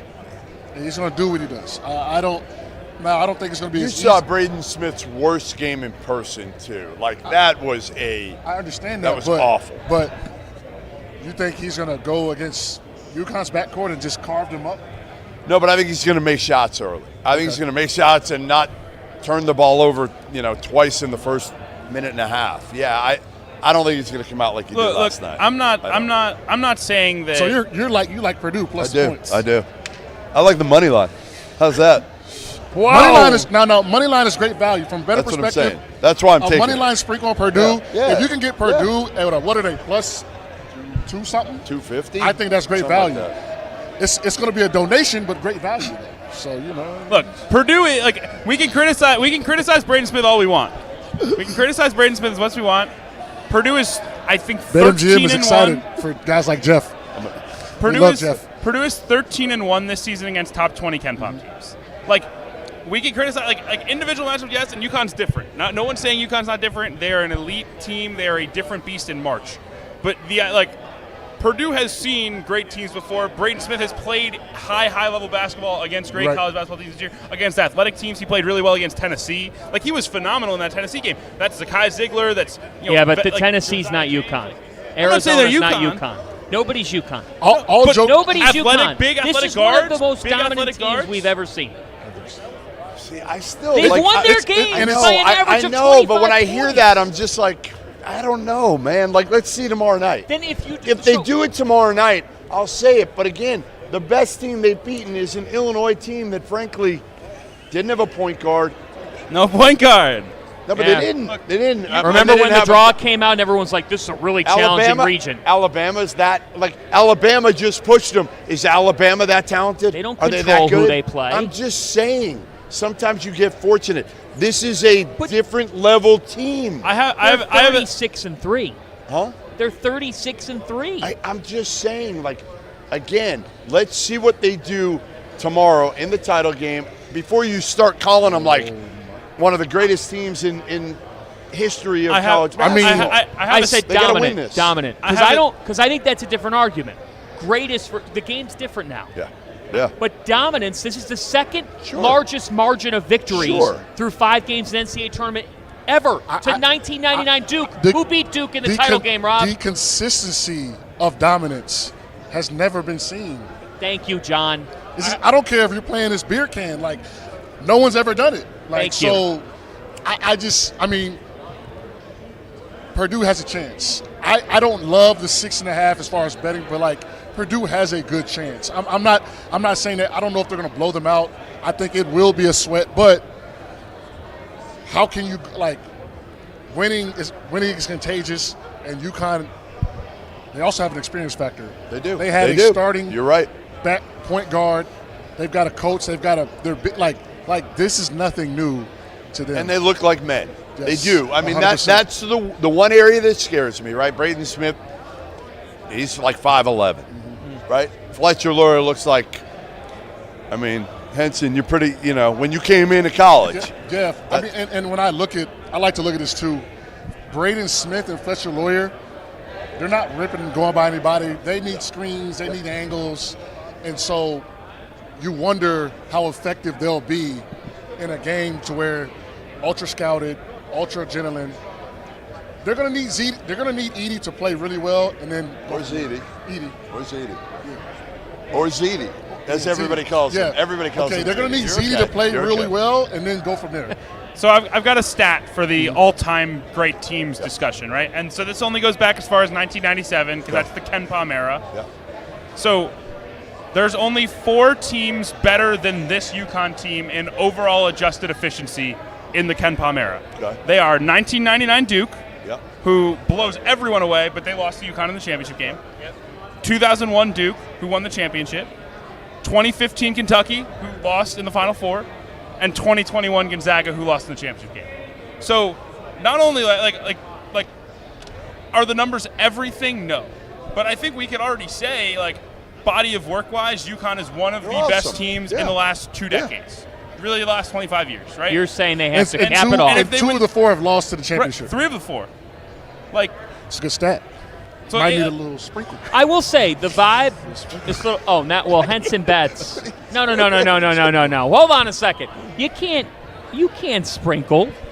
No. Oh, I mean, listen, love. Like for instance, I was in a hotel today. You're up and so someone much. was like, NC State. I was like, yeah, don't really have a lean. I didn't bet on you guys, so sorry. Like I'm not mad. I'm not. Depends when Henson wakes up, how he feels. Well, I think money liners, or what you do is you take UConn and wait till Purdue gets to a good plus money number, and you go UConn. Did you you go Purdue? Did you see Roy yesterday? I did. I saw. I saw him before the game. I said, "What's Coach up?" Williams. You can't call him Roy. Come on. R-Dub. I call him R-Dub. That's my guy. I'm gonna go golf. We're gonna go golfing. Are you going to go? Yeah. Shocking that he wants to go. We're gonna go golfing. Yeah. He said, "How you doing?" Will he beat you? Will he beat you in golf? He'll kill me. Kill you, right? He said, "How you doing?" He said, "You saved your money." And what'd you tell him? I said, "Yeah." You tell him how much you're betting? Oh, he doesn't. Oh, well, Roy's a gambling man. Oh, I know he is. I know he is. So he likes the crabs. Did you tell him you're laying the 6.5? I didn't. There wasn't a line. Yeah. But when you go, I love the face he was making when NC State was scoring. That was. I didn't see it. Oh, it's like on the internet. He's like making faces, and when they score, shaking his head. He just really doesn't like NC State. It's so the most. Good. It's the craziest thing I've ever seen. So he doesn't like NC State more than Duke. Oh, for sure. I mean, the story goes back in the day, something happened at the scorer's table, and it just really pissed him off. Really? And, yeah, I mean, I've never lost NC State in my career. I think that's why he likes me so much. So, just saying. The stories you could tell about Coach Williams. Yeah. As Mr. Dauster broke a brings door me before. a lovely beer from Huss Brewing Company. This is the Scottsdale Blonde. One of many great. Has there been a better location for us? Oh my goodness, this place is unbelievable. Jeff Good Huss, the owner. Good vibes. Oh, it's great. Awesome. I mean, outside you got. I mean, it's heavy Purdue here. It is heavy Purdue. In fact, if the Boilermakers do win, do win the national title game, come to Huss Brewing afterwards. It's going to be an absolute bash here. A bash. You have post-game ideas for tomorrow, which I do. like. I do. Your yes. ideas were. Yes. We'll be back here. Who's going to drive you? Not Dauster. Dauster will not be in the same car. Well, actually, you should print out some directions. If Purdue wins, Dauster will be in the same car. So for those who are just joining us and didn't tune in the pregame show yesterday, Henson and I arrived just after 1 o'clock, which was a couple of minutes past when we were supposed to be on. That's how hard it was to get to our wonderful friends at BetMGM, just because the Final Four Fest, they gated off the sports book because they gated up more than the sports book. I mean, I couldn't get around. I had to go. Rough. I'm begging to get to the Mercy exit. They're like, no, you got to walk around. I said, I'm not walking around. I'll hop this fence. Before I walk through this wave of NC State fans doing this. They were ready for you. Oh, they were. I was rumbling and bumbling and stumbling to that sports book. I walked over 2 miles. My ass should not be doing that on a hot day in Phoenix. Guys, I was by the time I got there, I'm like, and I look at Trevor outside the sports book, and Trevor goes, nobody else is here. What happened? Dauster had some directions, and we got close, and then we got stopped, and he said, I got another idea. Let's go this way. We went around there. We went further from the stadium. Then it was following his plan, and his plan was absolute garbage. Rob, the worst navigator you will ever find. It was your Robert plan. Bobby Dauster. The worst. Don't turn us up. It was not my fault. It was I did your not fault. do it. I got exactly where we were told to go. It's I like not my that fault he calls that it change the streets that were open. Your plan. You are a bad navigator, though, regardless. We've all seen That's it, not right? true at all. That is. I didn't say anything. Randolph, come here. Randolph, come here. Randolph, come here. RCO, True or false? me up. True or false? Get him a mic. True or false? Did you get car sick in the back seat with Jeff driving? This is exactly what we But want why? to preview. Why did you get car sick? Because you are a horrible driver. Rob's directions are go 6 miles and make a right under the path. And then the light's there, and he's like, "Oh, you made the turn." We've got a break.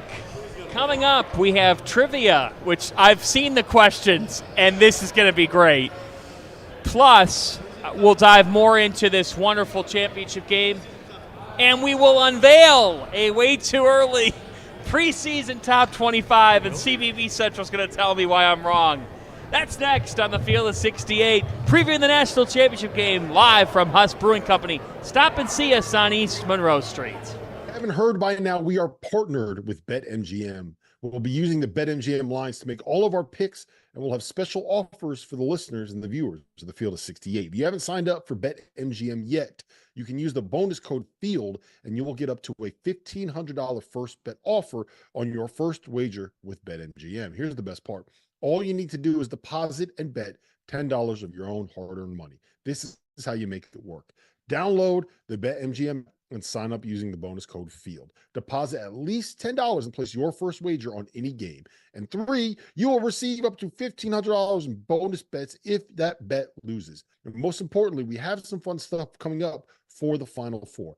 Bet insurance tokens, college hoops, odds boosts, and what I love, a nice little parlay boost, as well as a ridiculous array of prop bets on anything that you could possibly imagine betting on. BetMGM is and always will be the king of the prop bet. So go download the BetMGM app and use that code FIELD to sign up today.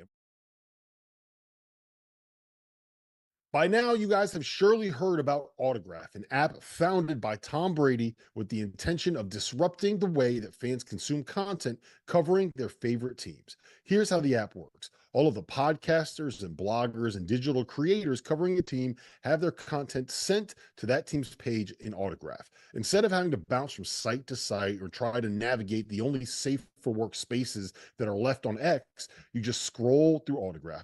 This isn't a hard sell. This is the truth. I'm a UConn fan.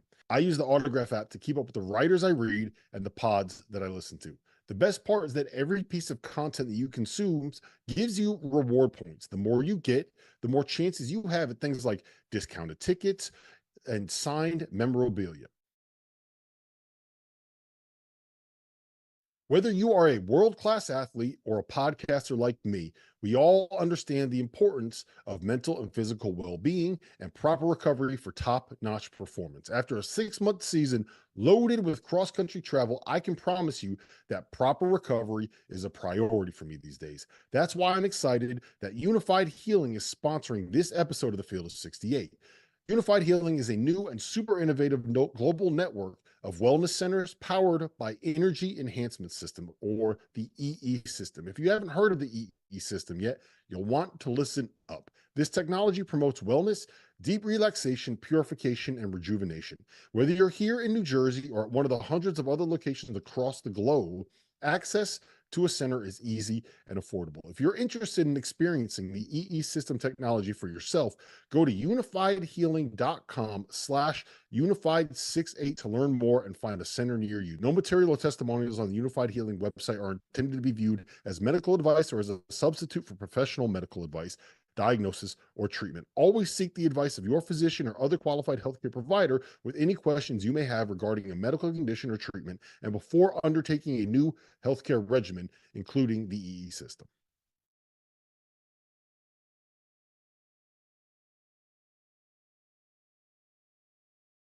Welcome back to the Field of 68 live ahead of the national championship game tomorrow night. We are at Huss Brewing Company, East Monroe Street, closing out our week of coverage at Huss Brewing. We will have a pregame show at BetMGM.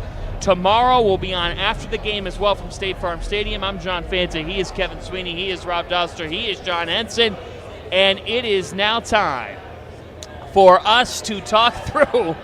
And Henson, no analysis on this is unacceptable. I do not want to hear anybody talk down about your analysis of anything, of anyone's, because we're going to talk through a way too early top 25 for next year. Early. It's way too early. They haven't even portaled yet. Our bosses at our respective companies love this because it does what? People love to read it. They can claim that it's a stupid enterprise, but they do that after reading the I used article to click on and the reading how bad top it is. 25 all the time. Exactly. I mean, it's a fun read. Yeah, why Do not? you like it, Robert? It's frustrating to put together because it's so difficult to put together at this point. Nobody knows what anything is. I feel like 50% of the players that are actually going to play Division I college basketball are currently sitting in the transfer portal. We don't even know who Arkansas's coach is going to end up being. There were players that were committed to Arkansas when Muss was there that are now trying to find out what they're going to do. So we really have no idea what these rosters look like. But it's always fun to kind of speculate and argue and project, and it gives you a sense in this moment of where college basketball is. So I do think that there is a little bit of value to putting it together. It just is very difficult to put together. And the only way people can really evaluate this stuff is if you kind of watch it over the course of the summer. Yes. And, it'd be fun. Maybe We should do this, is build a tracker so we can just kind of see where a team is ranked by the consensus as we go through. Could move in and out. Yeah. Well, in, out, up, down. Do you like the I just thought of Terrence Oglesby. Do you like the No Diddy. No Diddy. No Diddy. You did not just say that. Henson. That was great. Okay. Man, you're just throwing strays at T.O. See, this is I knew it was a problem when they put us four on out of break. Oh, Me and DJ Burns. Thoughts. Again, Okay. no Diddy. No Diddy. All righty. Way too early top 25s. Yeah. I agree with you. It's subject to change. It could change every week. But right now, who would be – I'm going to give you my number one team, okay? My number one team is quite simple logic, and it's not based on any projected starting five because everyone's going to have them in their top five. So I'm like, screw it. I'm just going to put them one because I might be the only one to do it. And there's no penalty if you're wrong. UConn is my number one team in the country because they're two-time defending national champions. Well, they're not yet. Well, I have them winning a second. Did you just say what I thought you said? Yep. You didn't just say that. I did. Are you? You're out of your mind. You just said UConn is the number one team next year? Where do you have them ranked? Well, again, I how? put them fifth. How? Are you just doing it? He ran up on John like how many times? Goodman, how many times in your career? Hold on, man. How many times in your career have you yelled I got out, Kansas. Trust Bill Self, trust Bill Self? I got Hurley Kansas. with back-to-back titles, he's in that What do you got? conversation. You got Kansas. I like what I just like what they're doing. I know his roster a little bit. Is Hunter coming can't- back? For if sure. you're going to talk, Jeff, you got to take a microphone. Shut up. You're going to talk. Is you Hunter gotta coming take a back, though? microphone. Hunter's coming back. Is Hunter coming? Is We Hunter don't know. Dickinson He came going on to come here. He back? sat right here in this seat, and he gave. He's coming back. There's not confirmed. I just got a feeling. Well, with DeJuan Harris and with what they've added in the portal. Kansas is a real conversation because they've already added two big-time pieces in Zeke Mayo from South Dakota State, who is a dude. Like they were missing shot makers this year. He is a big-time shot maker. And they've added. And Riley Kugel. Yeah, the thing about Riley Kugel, let's talk about that because I think Riley Kugel has as much potential as any two guard that you're going to find in college He's basketball. super talented. Yes. I just don't know how well he contributes to winning because he's never been good when he doesn't have the ball in his hands. And you know And what? you can't put the ball in his hands. You know where he's going? A really, really good coach. Yes. So when you have a guy that has that level of talent, and you put him on a roster with a coach that knows how to get the best out of his talent. I mean, look, what's the problem? I didn't have my earpiece in. I said, "Who are you guys talking about?" I couldn't hear. Oh, Kansas. Can we get the man an earpiece? No, it's good. I just Can we didn't get the hear man an player- earpiece? The player you were talking about. Who are you talking about? Riley Kugel. Oh, Riley I like Kugel. him. It's a great ad. It's a great ad. Yeah. And And if Hunter Dickinson here's- comes back, I'll hear you on number one. And here's the thing. Absolutely. And they have Flory Badunga, if not, who's a Yeah. five-star recruit, Yeah, high-level hold on. athlete, kind of an Oscar Tshiebwe type. Yeah, so hold on. Let's put this roster together. You got DeJuan Harris. Yep. You got Zeke Mayo. You Yep. got Riley Kugel. Yep. You got KJ Adams. Yep. You got Flory Badunga. And you have potentially Hunter Dickinson. I think Hunter is going to come back. I don't know how the NIL and stuff works. You gotta re-sign him. Is it the player option he had? Like, what was that? Like, how did that work? you get a one-on-one. Yeah, they have a player option. You had a 1+1. If they get Hunter back, I mean, it can get real scary. And as you know, I kind of treat like how Hubert, when they had a disappointing year, retooled, refocused. I think like Bill that. Self's going to do the same thing, and they're going to be really good next year. Yeah, I think at this point, too, when you're putting this stuff together, you have to bet on two things. One, places that have the NIL rolling, right? Have this thing figured out, have the ability to go out and just kind of drop a bag and say, we want you in our program. We're going to go get this kind of talent in the program. And two, you got to bet on coaches that have proven they've been able to put together teams like this. So I agree with you. I put 2-1 because if we're even considering them in the first place, they're probably going to have some NIL dollars. Yeah. Like if you're being considered, that's a prerequisite. Except for the Seton Hall Pirates. Yeah. Except for the Seton Hall Pirates, who I don't think are being considered for preseason top 25. No, not. And their NIL will be increased significantly. So I do want to address the UConn thing that you just mentioned. Address it. Well, I just got criminalized. Don't listen to him. He's an idiot. I think that they lose at least 4 of their starting 5.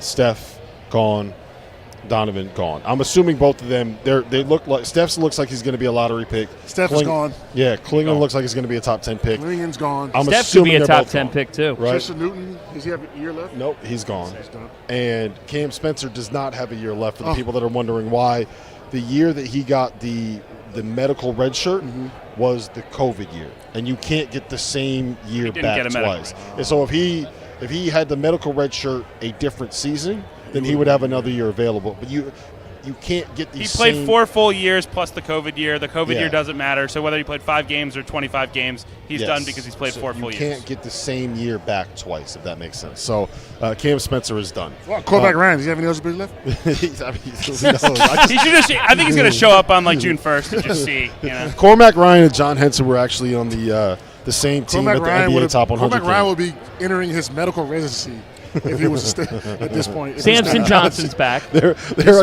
are guys in college basketball right now that are coming back next season that saw UConn win the 1999 national championship. Listen, there's a kid in Miami, the football plays like year 9. Yes, I know. It's go get a job. Yeah. So here's the thing. That's what they're doing, man. They're trying to make $50,000 in NIL. That is a job. Oh, you're right. But so UConn, I think that you need to rank them number 1. Caravan has to be coming back to school. And I have him coming back. Okay, that's the big question to me. Is that's going to be one where he declares for the draft, he goes through the process, and he sees where he kind of shakes out in that evaluation. And if he's back to school, and we're assuming Jalen Stewart, Solo Ball, Jaden Ross all come back. What about again. Diarra? I think he's got one more year. He's got one more year. And he's a good guard, man. Yeah, he's a good guard. He could be their starting point guard if he has to. Yes, like you could go into next year, but they could upgrade there in the portal. Yes. I don't know if they're the number 1 team in the country if he's the starting point guard, but he's a very good player. The guy that I think would have to have a big step forward is Solo Ball and Jalen Stewart. Jalen Stewart, we've seen it coming. I have a feeling he's gonna be really good next year. Solo Ball is a guy who's got to take a big step because that dude, I think, has a chance to be like a Jordan Hawkins type breakout star next year. He's a bucket. So I agree with you wholeheartedly. I thought about this last year when I put out my way too early last year. UConn was number 4, and at the time you're like, well, they're losing Jordan Hawkins and Andre Jackson and Adama Sanogo, and they've got 5 of their top 8 players are gone. But we still have them number 4 because they just won the national title, and they do have Donovan Clingan back, and they do have Alex Caravan. I think we saw Clingan as an All-American, and we saw Caravan as a guy who had already proven he could start at this level. And we thought Newton would be back. Yes. Right. And he That's did. the difference. That, to me, is the difference. Your number 1 team is who? I have Duke, and I know that's probably shaky in this day and age because it's so hard to be freshman-oriented in this day and age. But I do think Cooper Flagg is different. Like, I think Cooper is going to be in the National Player of the Year conversation as a freshman. I think Cayman Malawach is ridiculous as a shot blocker. I went to Basketball Without Borders in February in Indianapolis at All-Star Weekend, and, like, the way that he moves, the way that he impacts the game, like, being able to play those two guys together is so scary defensively. Right. And now all Duke has to do is go find guards who they just have to go score. Jared McCain's gone? You think he's gone? I think McCain will go pro, yeah. But I think you might be able to get Roach back for a COVID year. I think Caleb Foster has a chance to take a nice step forward. Oh, yeah, I forgot. Yeah. So, like that's a nucleus right there that I can believe in. And then, all right, like, can they go get 1 or 2 guys in the portal? And there are other signees, like Con Knipple, I believe is how it's pronounced, from Wisconsin. like is a big time shooter, and that's something that they haven't had. Like this past year, they did not have a guy they could just bring in and make shots consistently because Jaden Shue wasn't good enough and things like that. Like he is a guy who I think will make Jared McCain. They didn't have a guy that can make shots. No. Jared McCain Come hit in like off the 9 bench straight and be- threes 3 different coming off the times bench this and year. be a 3-point specialist. Okay. Because their spacing was screwed up because playing Mitchell all the time, right? All right. So I do want all you guys to weigh on this because I think the most fascinating part of this preseason top 25 discussion is going to be Cooper Flagg, right? Like it's more often than not we see the reclassified freshmen that get that level of height that end up coming in as one of the younger and he might be the youngest player in all of Division I basketball next year.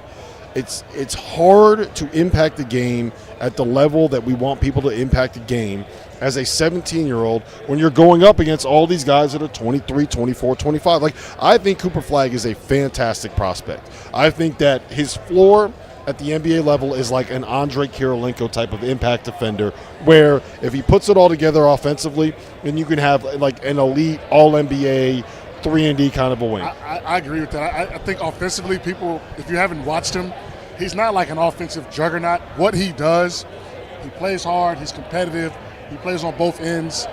I hope that people don't think he's going to come in and break these scoring records like maybe a Zion, because Zion was just so physically gifted. I don't know if Cooper Flagg is as physically gifted, which is going to make it harder for him to play against grown men down there.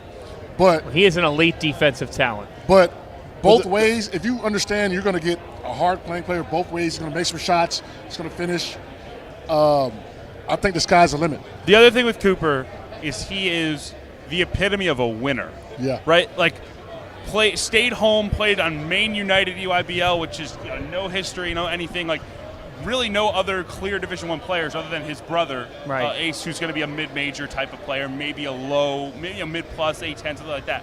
Like, he took them to the championship game against the Boozer Twins and all these other studs. How many right? times have Maine United been a teach champ? Of the U16. Let's be clear, And, the U16. and then he goes to Montverde, not playing U16, playing the best players in the country, national schedule, and I believe went something like 33-0 this with year. Liam McNeely, Derek Queen. Around talent, but like found ways to be productive in that setting, right? Like all this dude does is win. All this dude does is find ways to be impactful, and I think that's like, look, there's been a lot of talk this week about Stephon Castle making the right decision to come to UConn and being wired differently because he came in and wanted to win and wanted to play a role, and it wasn't about the numbers. It wasn't about it wasn't about achieving certain things for himself personally. It was about the team. Like, Cooper Flagg's going to put up numbers next year, but he's not going to approach every game being like, how do I become the guy who averages 20, 10, and 5, right? Like, he is going to come in and say, what can I do that will be best for Duke? What can I do to make Cayman Malawach better? What can I do to make Jeremy Roach better? What can I do to make Caleb Foster better? And that is a very, very powerful thing in 2024-25. What do you think Tristan Newton would have done if Steph Castle would have done if he was on last year's UConn team instead of this year's UConn team? Does he still have the same impact? Does that adjustment to the college level become easier or more difficult when you have 1 year less of physical development and agree growth? with that, but that's my only point. And I'm not saying that you're wrong. I think that Cooper Flagg could be that good. I think that he could do everything that you're saying. It's a lot. It's much more like the other guy I'll compare him to, and they're very different as basketball players. But Gigi Jackson, he was committed to North Carolina. He wanted to reclass.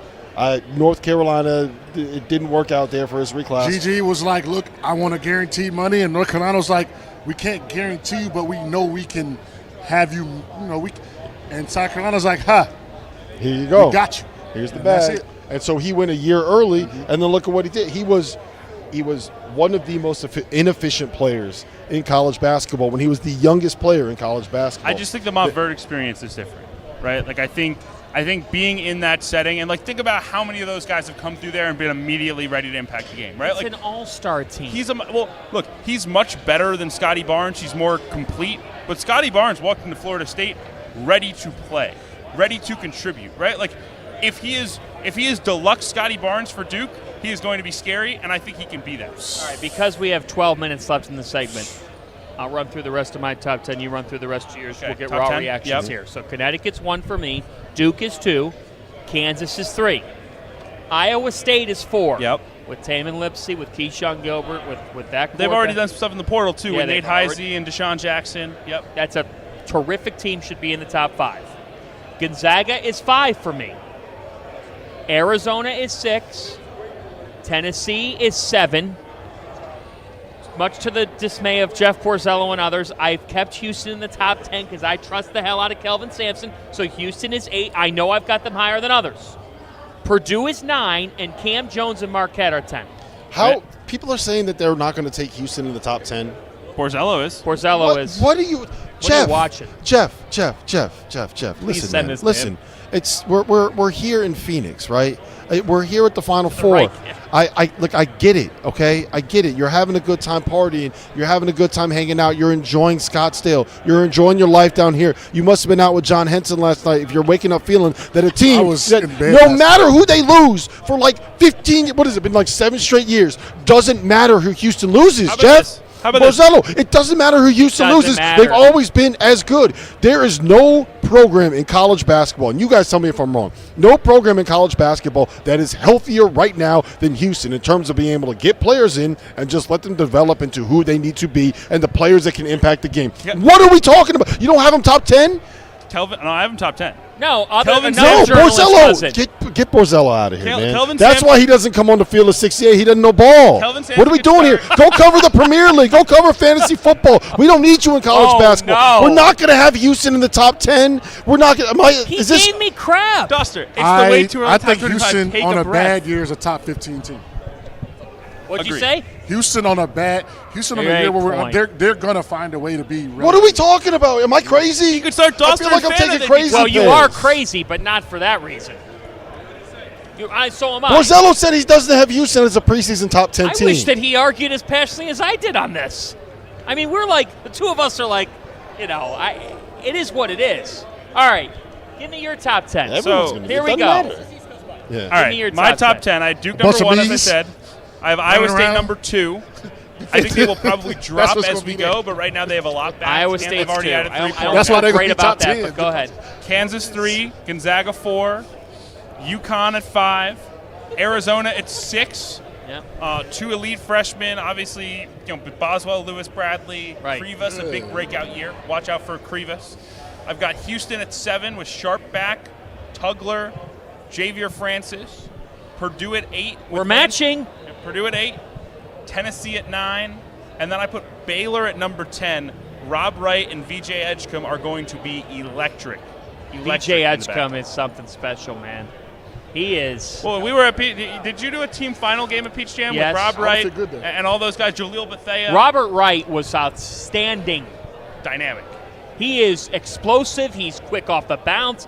Baylor, I love the kids they're bringing in. And they bring back Nunn. Where do you They have? should bring back Ojanwina as well. So we have 9 of the same 10. I believe so. Where? So, I mean, wait, Did you have hey, Purdue top 10? Are my Tar Yes. Heels in your top 25? they got them. Yeah, they got them. Where do you have? Disrespectful now. Where do we have who? Well, a lot of that's going to depend on RJ and what the decision that he makes is. I have feel North like you did some Carolina reporting on that 12. last night as It's well. going to be interesting to see because it's like it's kind of like the Cal situation where it's like he's like, hey, look, we got some guys behind you. I don't know.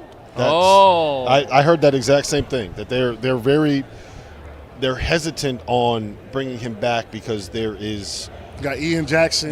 money that. So has where been does invested R.J. Davis elsewhere. go then? Which is, by the way, that is fucking insane. Yeah. You're saying, all right, this fifth-year senior that might want to come back, that was a second-team All-American or first-team All-American, team! that might have been the best player in the ACC. Might have that been was the best one of player best not named guards. Zach Edey in the country. Yes, he could come back and be the preseason National Player of the Year, and you don't want him because that's bad. How to make room for- That's how to bad. make room for I- Ian I- Jackson? You are crazy. I think from his perspective, he had a peak year, and there's a window.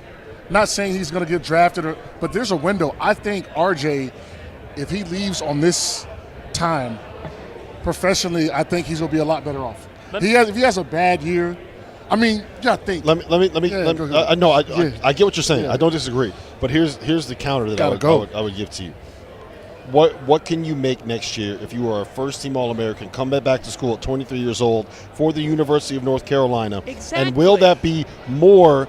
I think you can make an argument. He can make more next year for North Carolina than he could at any other year in his entire But he's career not as a going to professional. make it's not going to affect his, like, okay, if he can make $400,000 or $500K, he could probably clear that, give or take, professionally at this moment. Like, We I don't can know. assume he's getting a two-way, right? Yeah, Like he goes to the two-way draft, or he'll get like, a two-way. I don't think. I think right now you got to strike while the iron's hot. He had a. How can Do we not think? how is it only $400,000 or $500K? North Carolina could pay him I think $1 he's million. gonna make seven They should figures. pay him $1 million. He could make I $1 think he million should get 2 commas. next year. I think if he goes in the here's portal, the he can thing. get If he $1 million. goes in the portal, he's getting 2 commas, John. If you're saying He's strike, getting 2 commas. Yes. We know what Zach. He better Edey- go Portland then. We know what Zach Edey. Better go We know that. Portland. We know that. If he's going to get 7 figures, then it's a no-brainer. he has a chance to do the funniest thing If he ever and goes in- transfer to Arizona. I mean, I think. Imagine but if he see, did that. I think those are the Imagine if he backroom. did that. I think those are the backroom conversations that guys like RJ and Hunter are having. You know, White Plains here's native, the thing. St. John. Poking when around. when you say strike while the iron is hot, we'll get to them in a second. When you say strike while the iron is hot, to me, it's not. It used to be strike while the iron is hot for the pros. Now it's strike while the iron is hot in the portal. Yes. That's striking while the iron is hot because your value could just go here. Let's talk Kentucky. You asked where do we have Kentucky? I have Kentucky 22, 21, 20, 18. 18. Safe. And that's That's safe. That's in the middle of nowhere That's in my safe, top John. 25. Real safe. I have them good enough to be ranked, but Who do not you in a have? place Who do you where I'm have get- coming back? What players do you have coming back? Anyone? That's not Reed. If you're putting him 18, that's not Reed. I No, have third it's not. with no Reed Shepard's not back. Reed and Rob are What, gone. Reed is. I think Justin Edwards is probably gone. Reed is working out in the gym somewhere for pre-draft right now. He's Yeah. out of there. Reed and Rob are probably gone. I would guess Dillingham. There. Yeah. Justin Yeah. Edwards is gone. Justin Edwards Edwards is gone. Dillingham. The one who could maybe come back would be DJ. DJ's But gone. DJ should Do you, go. do you He's want him gone. back? No, I wouldn't want him. DJ's Want him? DJ's Yeah, gone. DJ's got to go. If you look at that, then you're sitting here saying, well, why are they ranked right now? Well, their freshman class I is don't. really good. Well, Carter Knox is phenomenal. they're freshmen. Shout out Here we Tampa. go. They're freshmen. Here we go. You're not you're not getting a repeat of Reed and Rob. That's not happening again. They're freshmen. You're building an entire roster out of freshmen, Yep. and you don't have the best freshman. You don't have the guy. You got not. We talk about this all the time, right? Like not all 5-stars are the same. Just because you were a 5-star doesn't mean you're Anthony Davis, Right. who robbed John Henson of the 2012 National Defensive Player of the Year They're just award. making him relive it every day, huh? Got You know robbed. what? It's Keeps bullshit. you up at night. Yeah. Roy did tell me yesterday I'm the best defensive player he's ever coached to this day. But That warmed my heart. I put that up. I want that other than. I'll take Roy that. did have a Let's be couple honest. old fashions. At North Carolina, I'm just that wasn't a kidding, high bar to clear. I'm just saying. Am I He right said, or wrong? no. He said ever. How many years has he coached? Hey, A lot of years. hey. A lot of years. A lot of years. I'm just saying. You got I robbed. used to Should have been the lock- I used to lock 2012 shit up. I used to Defensive lock Player of shit the Year. So I don't. Not all 5-stars are made the same, and they didn't get the guy. They didn't get the guy. You're right. They You're right didn't about get. that. They didn't get Cooper. I will say the one thing that What about really Auburn? does hurt. I ranked them. They're in there. I am 16th, I believe. They're an interesting team because if they could get Janai Broome back for a COVID year, he will be a first-team All-American. It seems that when we had Coach Pearl on the show, he was in a good mood. We'll say that. He's always in a good mood, though. Hold on, it's a good time. It's always a good time to be Bruce Pearl. it was clear they have NIL money and they're working to keep the guys and he didn't seem like he was too. They have big-time guards, right? Guys coming back. And then the other thing is they had Tahad Pettiford, who's an elite freshman, and he's the type of, again, small guard, shifty type dude who can really go make plays. I think he will be an instant impact guy. But the Broome thing is the one you have to watch. All right, I got a good one for you here. And then at the end, let's get the whole preseason top 25. Just roll Okay, through the let's whole do top that 25. now. Let's Yeah, do that now. we'll So hold here you- we go. So I gave you the top 10, okay? Carolina was 11, okay? Florida is 12. Walter Todd, Clayton. Todd Golden with Walter Clayton. And with some of the Alex other pieces. Condon's going to explode. Yeah. I think the Gators now, I think year 3 of the Golden era is going to be the best yet. Baylor comes after them at 13. Alabama is 14. Auburn is 15. Because I believe Ryan Kalkbrenner will return, and I believe in Creighton's NIL, Creighton is 16. They're a top 20 team until further notice. It used to be trust the coach, trust Greg McDermott. I trust Greg believe McDermott. in the NIL. I believe in the NIL. Oh, hold on. I trust Mac. I trust that Greg McDermott will put a nationally ranked team out on the floor. St. Mary's is 17. And I thought about putting them higher, but they I have haven't. them 14th. You do. Okay, Kentucky's after them. Miami's ranked. Done some work in the portal early. Lynn Kidd. Jake Diebler and Ohio State are 20th. Big expectations for the Buckeyes from my end.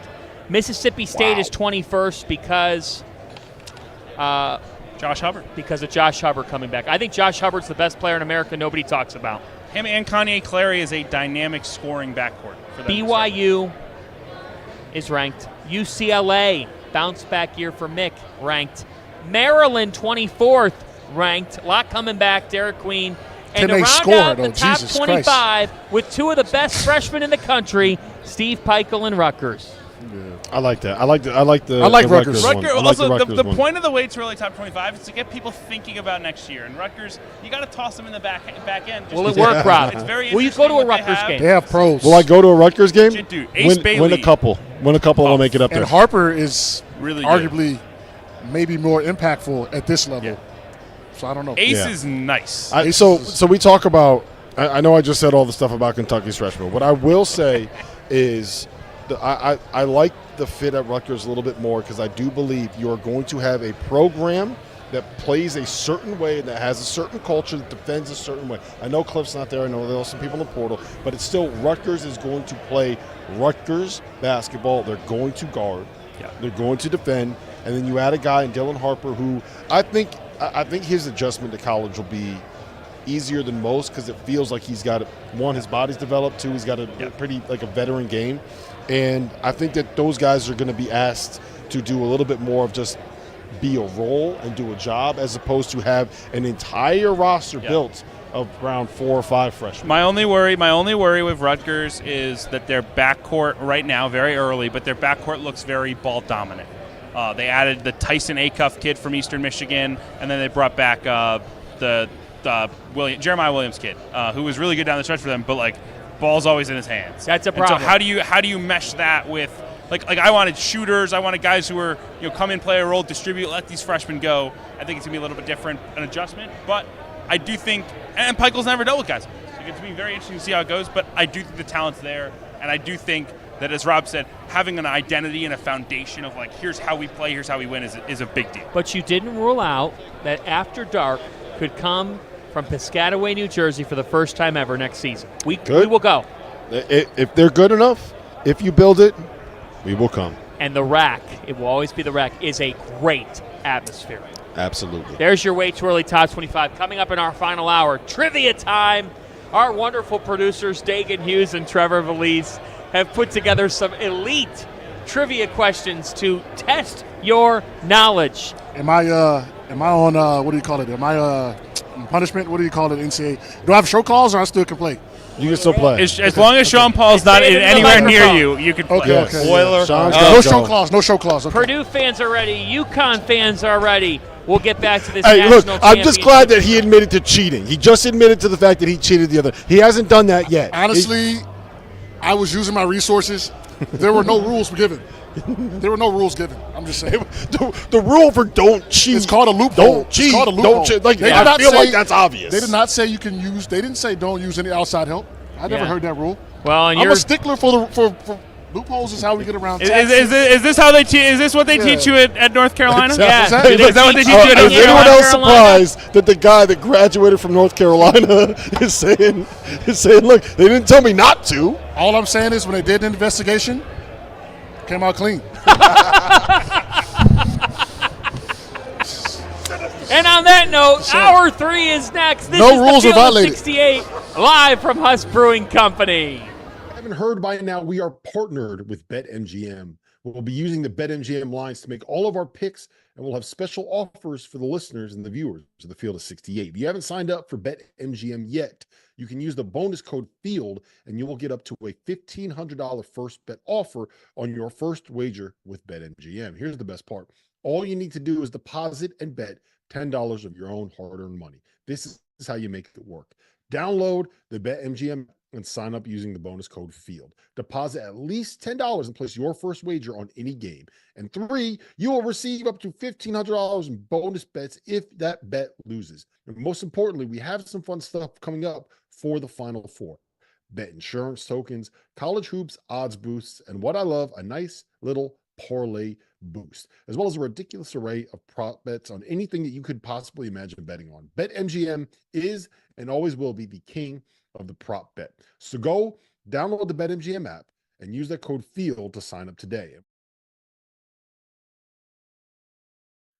It's time to talk about Vaulted. Vaulted is an app that allows you to store your predictions now and forever. It also allows you to challenge your friends to prove that your takes are, in fact, smarter than theirs. But what makes Vaulted great is that it allows you to keep all the receipts that you need to prove that your friends are not as smart as they think they are. With that in mind, let's roll through the 5 worst Vaulted predictions that were made on the field of 68 after dark this season.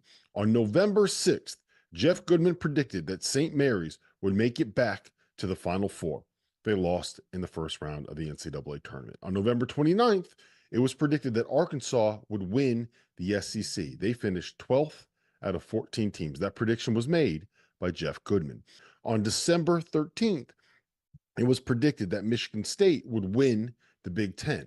They finished in 6th place. That prediction was made by Jeff Goodman.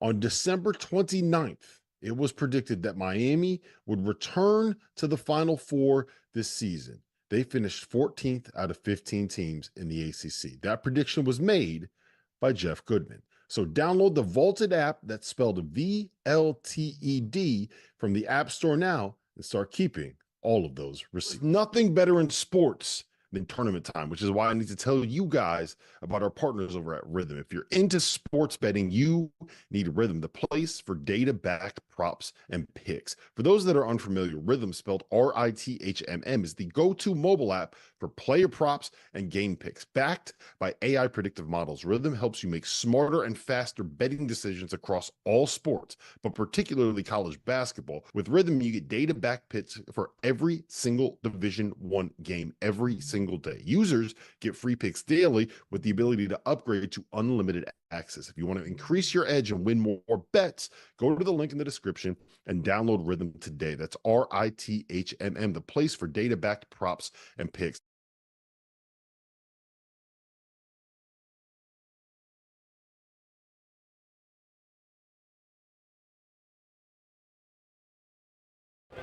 Welcome back to the Field of 68 live from Huss Brewing here on 225 East Monroe Street in downtown Phoenix. We are going to be live here for the next hour or so. We have trivia coming up here in about 10 or 15 minutes.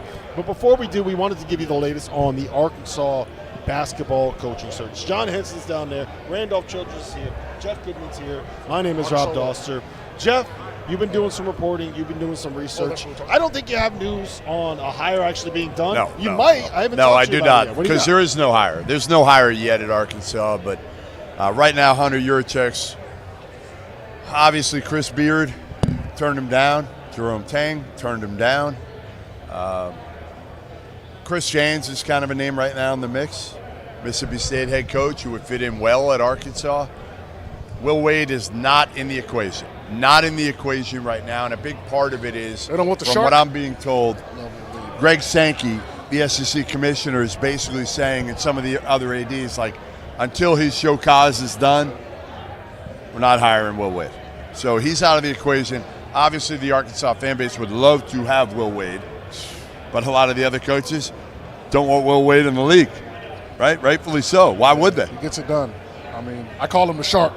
Right. He's good, man. Yeah, really good. Really good. So right now you're talking Chris Jans. Darrell Walker's probably going to get a Zoom today, or already has had a Zoom. He played at Arkansas, had a great year at Arkansas Little Rock. So Jans, Walker, we know, are kind of in the equation right now. I think Walker's a long shot. I think right now Chris Jans might be the leader. Another name that I don't know if he's right now squarely in the mix or maybe down a peg is Bucky McMillan at Samford. And then you've got the looming shadow of John Calipari. The looming shadow of, do you take a shot if you're Hunter Yurachek, the AD, and just see. Now he's owed $33 million right now at Kentucky if you got to buy it out. So I don't think it's going to happen. I think it's a major long shot. But Cal would listen, as I've said. If Florida A&M called Calipari, he would listen. He loves the attention that much. So Cal would have to pay, or Arkansas would have to pay Kentucky $33 million. It's not going to happen. It's not going to happen. But again, it's kind of out there as a rumor. I do not see it happening. But if you're Hunter Yurachek and you can raise the money, why wouldn't you? How about a guy like Bob Ritchie? Hard, not coming off a tournament. Bucky McMillan, more like in that area, and probably a little more shit to him. You know, you got to need that at Arkansas. You need that a little bit. And the style he plays, RC, that up and down style. That's my thing, right? What do we associate Arkansas basketball with, right? What does everybody think about them for? It's the Nolan Richardson teams, right? What did they play? 40 minutes of hell. What is 40 minutes of hell? It ain't that different from buckyball. Why wouldn't you try to lean back into that? Like that. That's what I don't understand. Like I get that you're Arkansas and you want to make a splashy hire because you're supposed to be, according to Jeff Goodman, the second best job in the SEC. And if you're the second best job in the SEC and you've been turned down by Chris Beard, you've been turned down by Jerome Tate, you had your head coach leave to go take the USC job, which I think we'll all agree is probably a step down. But but why wouldn't you go after the guy that plays the style that you know? Like because that is what you are. Press conference. Well, who cares about the press conference? Go win basketball games. Well, did Nate Oates win the press conference? My pops was like the Arkansas, but for me, I don't really. I mean, I know Arkansas basketball because I watch hoop, but people my age and kid, they don't really necessarily know Arkansas as not Nolan Richardson. Yeah, they just don't. Right. So people RC's age know. Yeah, I don't know. It's tough. They've got a Muss was the guy to kind of bring them back, and he dipped. So now they're back to square one. Arkansas is a really good job. Great fan base, but they want somebody that wants to be there, and I don't know how many people want to be there. Chris James, Bucky McMillan. Now again, you got to get a guy that wants to be there. And I think both of those. I'm not They're hating, good fits. Yeah, and I'm not hating on Chris James. They're not I think winning the press conference with either. But at this point, the only I don't guy think there's a hire out there. You already got turned nobody's down by leaving their. No one is leaving their job that would win the press conference to go to Arkansas. So you're going to have to identify a style or a personality that you believe will fit and pull the trigger and offer them the job. You know who else? That may be mid-major. That may be a it just seems high risk, low reward.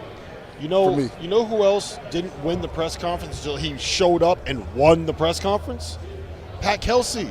Louisville fans weren't sitting there saying this is the hire that we need. They got turned down by a bunch of people, and then they went out and hired Pat Kelsey, and Louisville fans were like, "What the hell is this?" And then he shows up, and boom! All of a sudden, people realize, "Hey, you know what? Maybe this guy knows a little bit about what he's doing." I bet the same thing happens if you get Bucky McMillan. Yeah. If you go out and you get someone like a Chris James, right? Go out and get a guy that can coach. I'll tell you what you're doing. When it takes this long, you're starting behind the 8 ball is what you're doing. Yep. Guys are going to enter the portal, and you're going to have to start this thing from scratch. Well, that's why you got to move quick now. That's going to be hard. You got to move quick, and it's hard because it's kind of a reset once you missed on Beard and Tang, right? You were hoping you didn't have to get to this point. Now you're there. You don't have a search firm. There's no search firm with this one.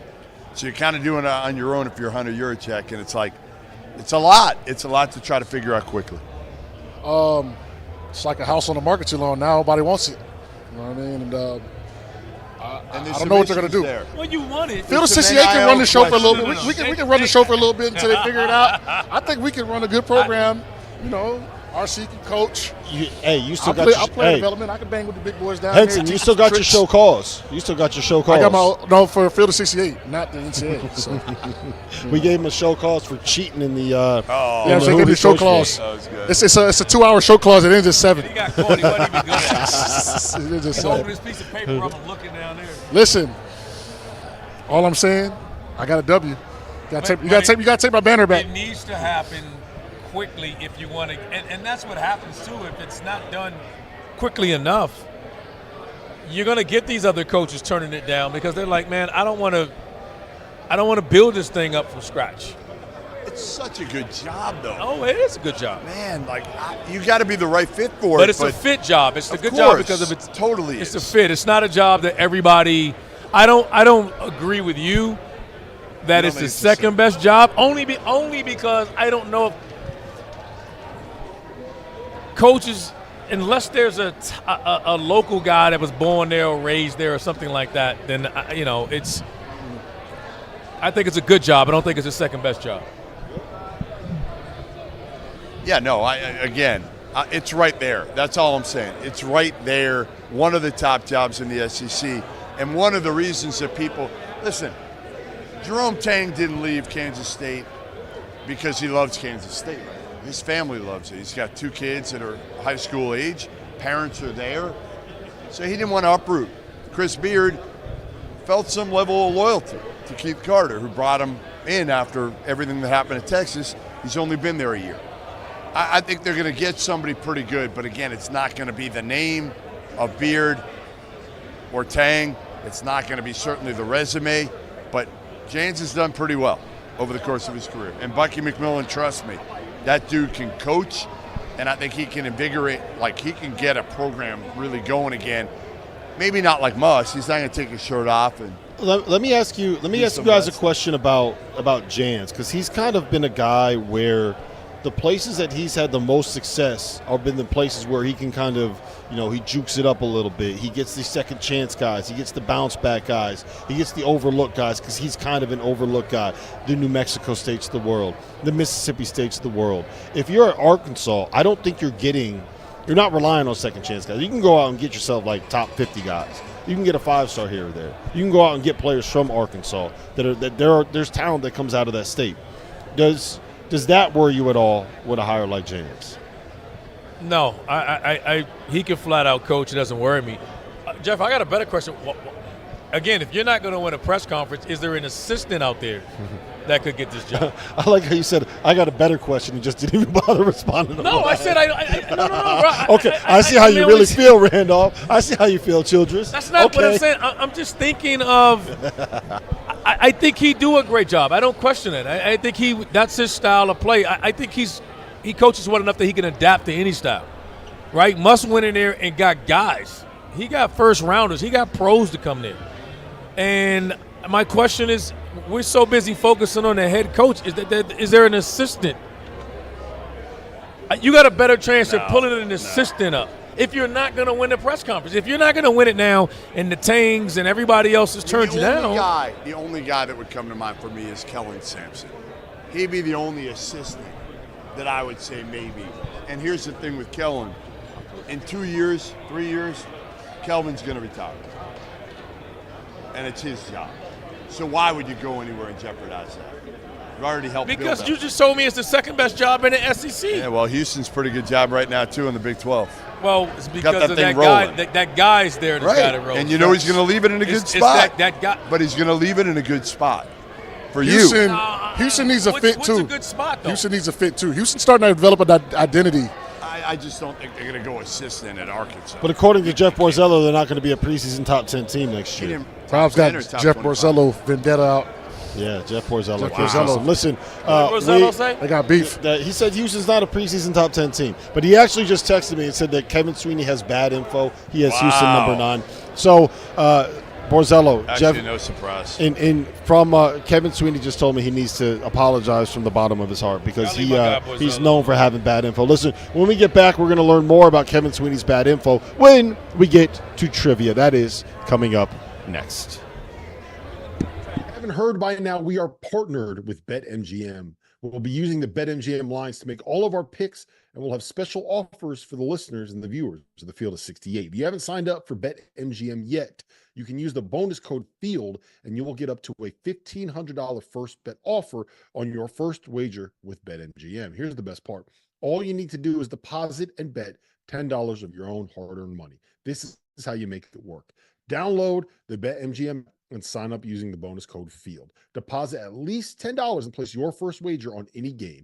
And 3, you will receive up to $1,500 in bonus bets if that bet loses. And most importantly, we have some fun stuff coming up for the Final Four.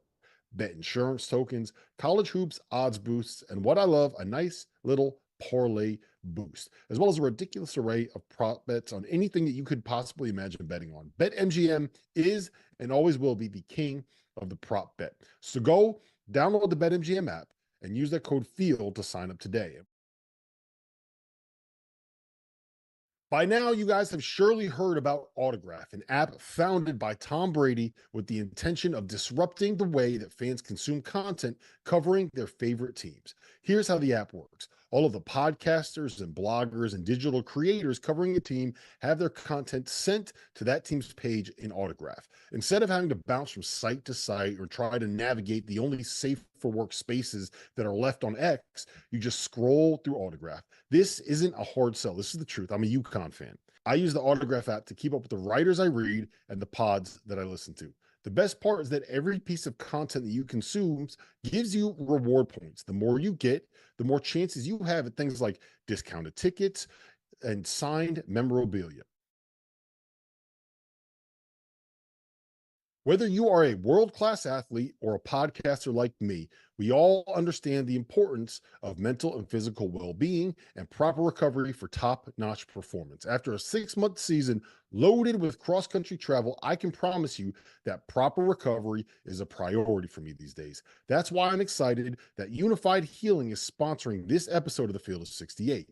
Unified Healing is a new and super innovative global network of wellness centers powered by Energy Enhancement System, or the EE system. If you haven't heard of the EE system yet, you'll want to listen up. This technology promotes wellness, deep relaxation, purification, and rejuvenation. Whether you're here in New Jersey or at one of the hundreds of other locations across the globe, access to a center is easy and affordable. If you're interested in experiencing the EE system technology for yourself, go to unifiedhealing.com/unified68 to learn more and find a center near you. No material or testimonials on the Unified Healing website are intended to be viewed as medical advice or as a substitute for professional medical advice, diagnosis, or treatment. Always seek the advice of your physician or other qualified healthcare provider with any questions you may have regarding a medical condition or treatment and before undertaking a new healthcare regimen, including the EE system.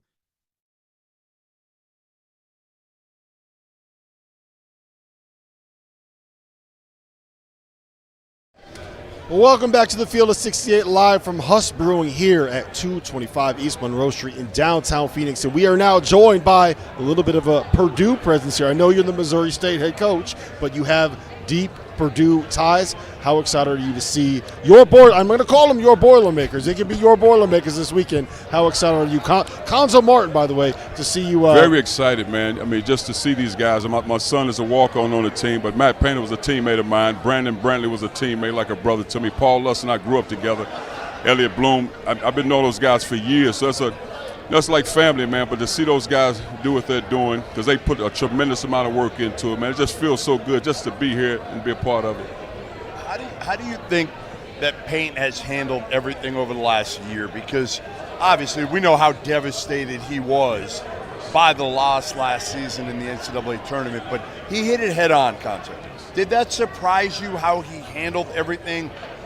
Not at all. You know. I think when people say ball is life, that's always been his life. I mean, when we were in college, man, as teammates, the Street Smith magazines, all that stuff, that was Matt Painter all the time. And he was one of those guys, as a young guy, he would say to coach in huddles, and I coach, and respectfully, coach, we should try this because this guy's hot and that sort of thing. And Painter was a guy, he was a point guard at 6'6".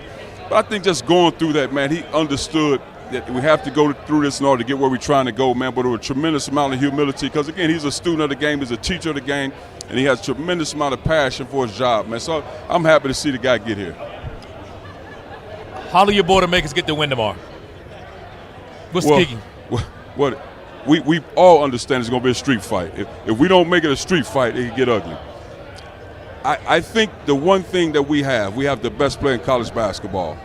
And you're talking about a guy that if there's not two defending him, it's going to be tough for anybody to beat him because he's a phenomenal player. He has relentless focus in Zach Edey. He's coming at you the whole time. His conditioning is impeccable for that size. He has great hands. He makes his free throws. So you have to make a decision. Now what happens is, and I said this before, in a tournament setting, that second game is very tough against Purdue because it's too late to prepare for Zach Edey. All the time you realize it, you're down 10, 3 minutes left in the game. So now if you're not used to doubling, you start doubling, they make shots. So again, it's going to be a chess match with two phenomenal coaches. If you are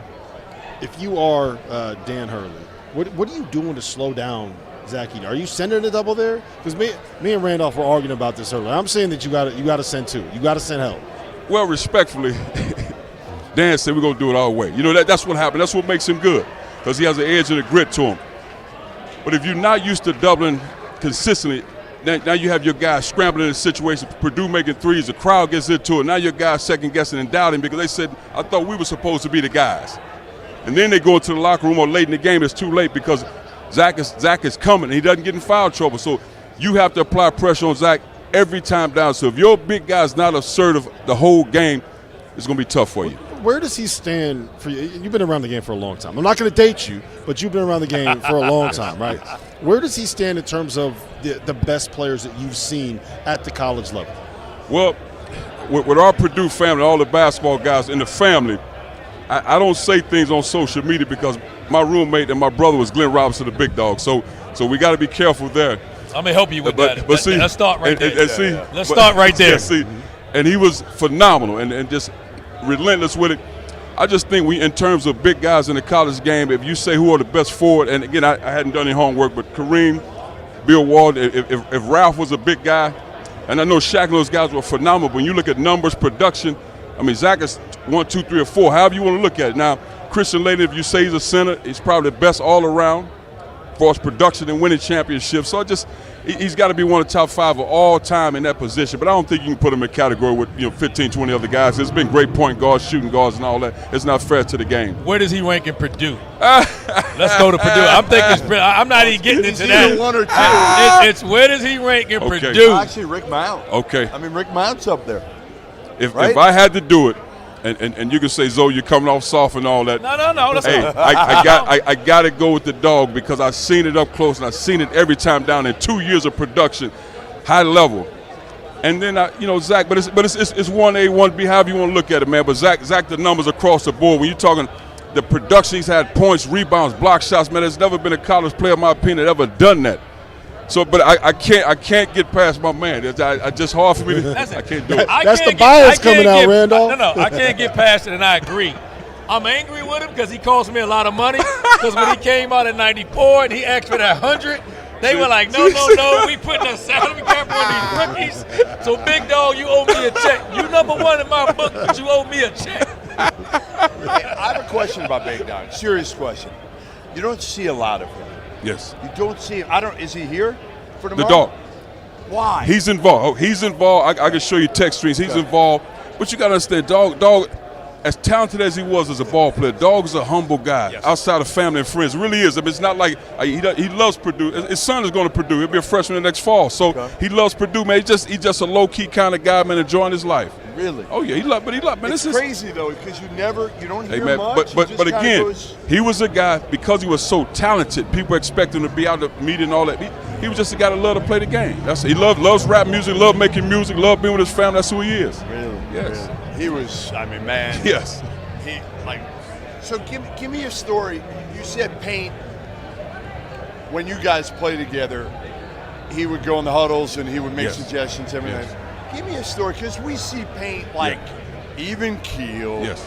Hurley's out of his mind, right? Give me a Paint story of when he wasn't even keel. Give me something. It might be off the court. Something you remember of Paint. It might even be recent.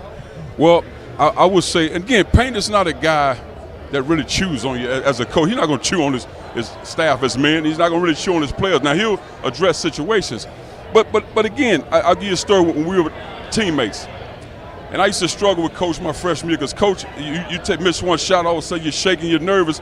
And Payne would just say, man, you can't worry about what Coach says. You got to play your game. You got to do this. And he would say that, man, and he wasn't afraid to say it. This is what you got to focus on to be good. And I ended up started playing some of the small forward when Payne was the starter.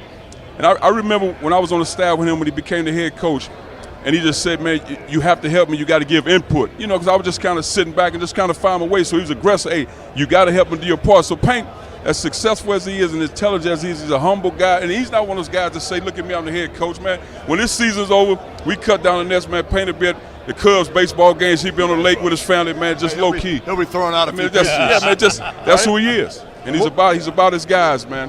What would it mean for Purdue to win this national title? What would it mean for them to win tomorrow night?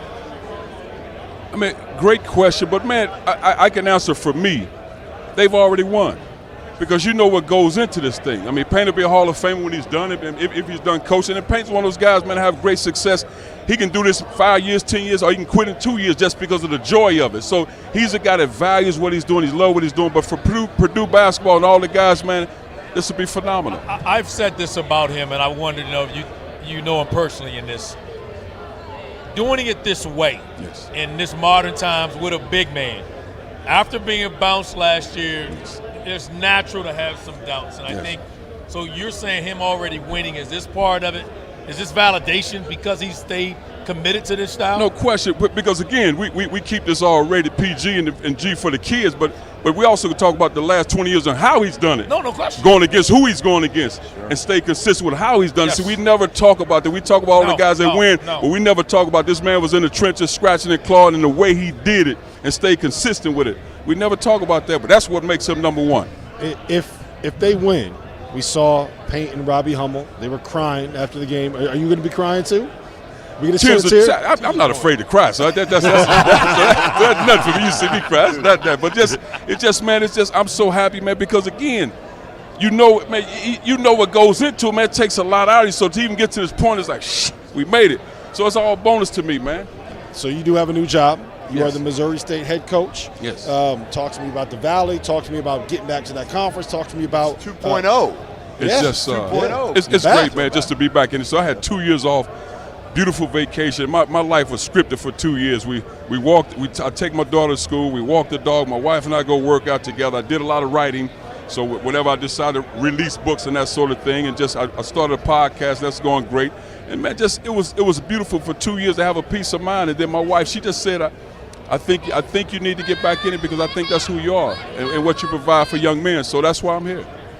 Now this dude, I mean, here's the one thing you could say being around the Purdue family, right? The Purdue family. There's no bullshit with the Purdue family. Like, none. This dude, Painter, Paul Lutz, Brandon Brantley, all those dudes. Everybody, right? I mean, when you say, like, if there's one thing, it's like, put on your hard hat. Yes.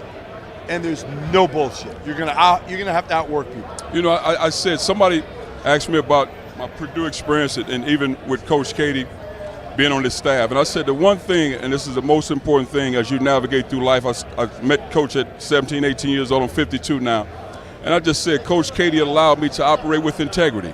And that is a hard thing to do when you're a young coach coming into this game. I'll never forget when I got on this staff, because all the lessons he taught me as a player, all the lessons. Phenomenal coach, but the life lessons. And then when I got on the staff as a young coach, there were certain places I went to recruit, and he said, you don't need to go recruit that because we're not going to do what it takes to get that kid. So, again, he could have sit there and said, we need to get ball players to win, and that would have been my path. I wouldn't be sitting here today if that would have been the case, but he allowed me to operate with integrity, and I am the man I am because of that. Well, listen, Coach Martin, we appreciate you being here. Congratulations on the run your Boilers made. Congratulations on the new job. Thank and you. at some point this year, you guys are going to pull off an upset. Missouri State, we're going to have you on the field of 68 after like dark. that. And when we ask, you can't say no. No, I'll you be gotta, here. We ask, you can't say no. Returning guest, Cuonzo Martin, Missouri State head coach, Purdue alum. We'll be back. Haven't heard by now, we are partnered with BetMGM. We'll be using the BetMGM lines to make all of our picks, and we'll have special offers for the listeners and the viewers of the Field of 68. If you haven't signed up for BetMGM yet, you can use the bonus code FIELD, and you will get up to a $1,500 first bet offer on your first wager with BetMGM. Here's the best part. All you need to do is deposit and bet $10 of your own hard-earned money. This is how you make it work. Download the BetMGM and sign up using the bonus code FIELD. Deposit at least $10 and place your first wager on any game. And 3, you will receive up to $1,500 in bonus bets if that bet loses. And most importantly, we have some fun stuff coming up for the Final Four. Bet insurance tokens, college hoops, odds boosts, and what I love, a nice little parlay boost, as well as a ridiculous array of prop bets on anything that you could possibly imagine betting on. BetMGM is and always will be the king of the prop bet. So go download the BetMGM app and use that code FIELD to sign up today.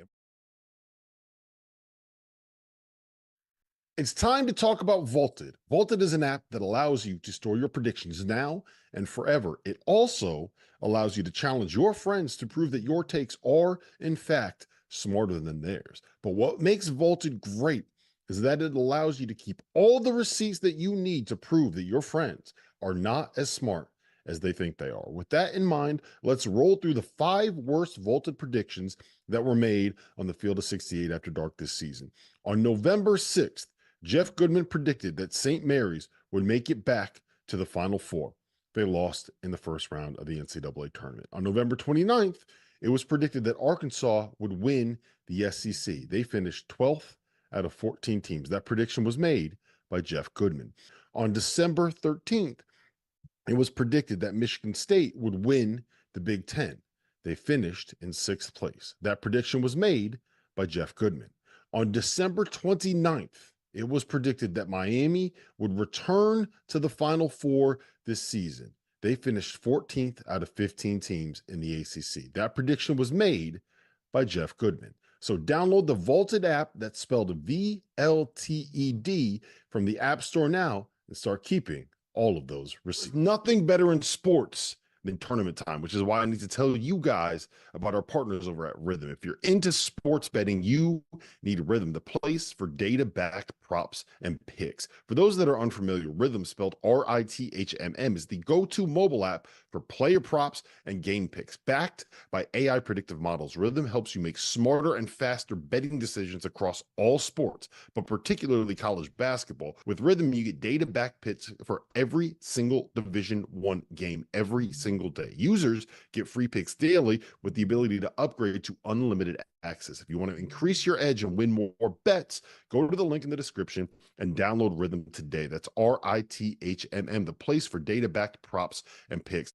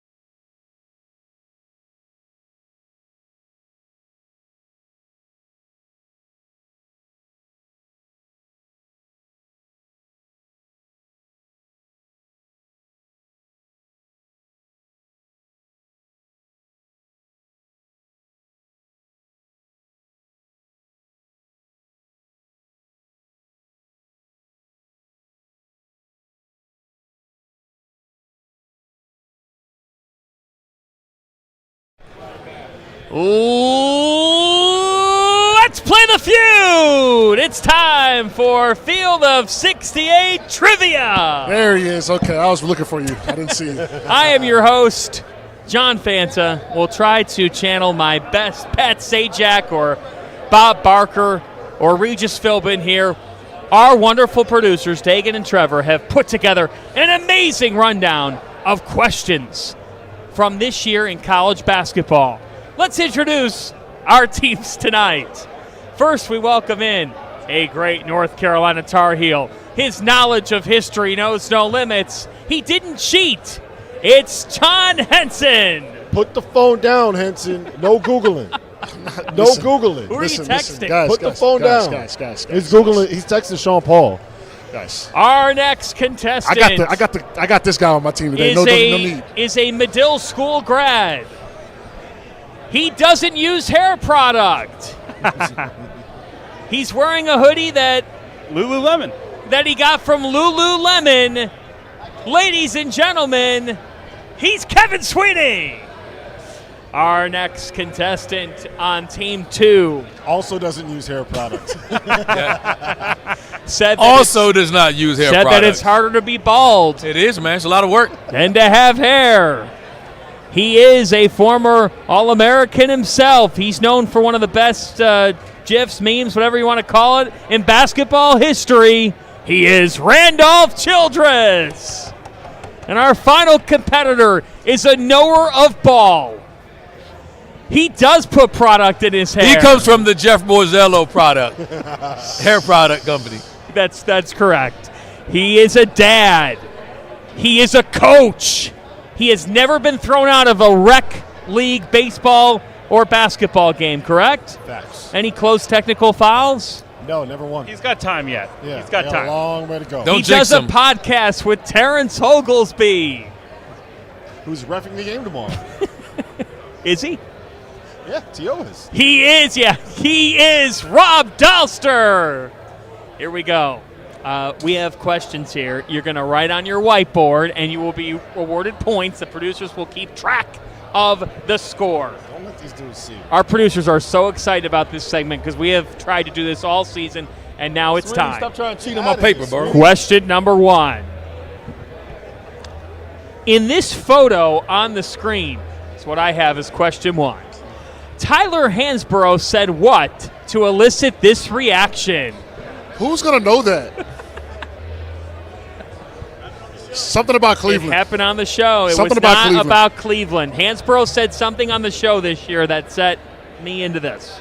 I mean, come on, man. Thank you very much. Thank you very much. All right, you have to say something. A phrase that Hansborough said. 15 seconds. Yeah. Might as well try to pull a. 10 seconds. Here we go. All right, I got it. I think I got it. 5, 4, Stop cheating, Sweeney. 3, 2, 1. Dauster and Childress, what do you have? Illinois is a borderline NCAA tournament team. That's a good guess, but it was not that. Kevin Sweeney. I've got one from the classic intro. Cold cuts, they suck. Committee. We'll give them the point. It was sandwiches suck. Well, it was sandwiches suck. Sweeney and Henson are on the board. No. That counts. I don't want to take. That was all Sween, but I'll take it. BFW. No, hell no. I'll take a half point. Half point. The founder of the company has jumped in and said it can't count. No. A half point? On the sizzle reel, our last call, he says cold cuts. They suck. No, he said sandwiches suck. No, on the sizzle? He said sandwiches suck. Listen.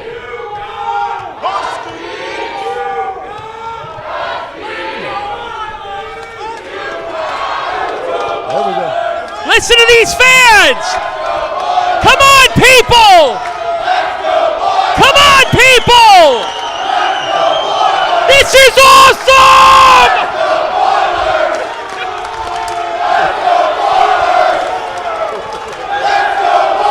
College basketball's the best.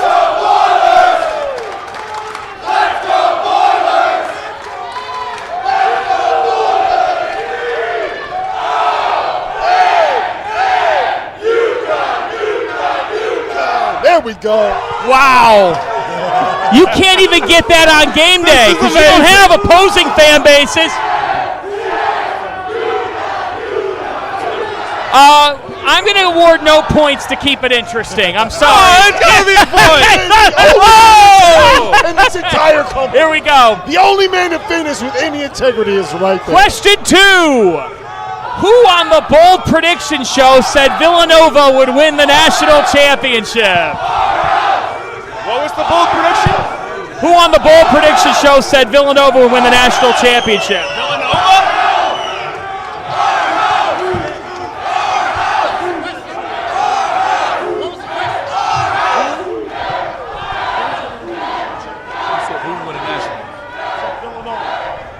Okay. All right, who do you got here? Who on the bold prediction show did Jeff Goodman say would win the national championship? Did Jeff Goodman say would win the national You just Yes. gave the answer, Fanta. Oh, it was Jeff Goodman. We get those. Who did you put? No, you didn't. No, he didn't. No, you didn't. You have nothing on there.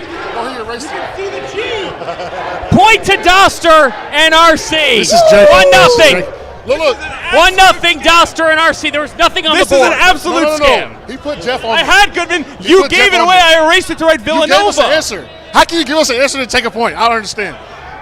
Question And number I scored 3. the first one right too. Question number 3. He shafted here. Question number 3.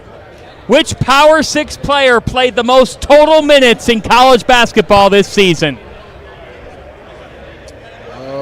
Which Power 6 player? Including the tournament. Power 6 is a key word. Everything, including the tournament, played the most total minutes this season. They do not play for either of the two teams playing tomorrow. Here we go. Here we go.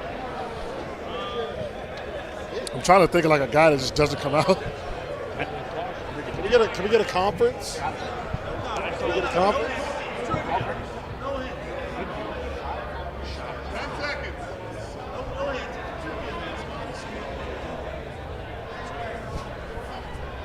I cannot wait to watch that clip back.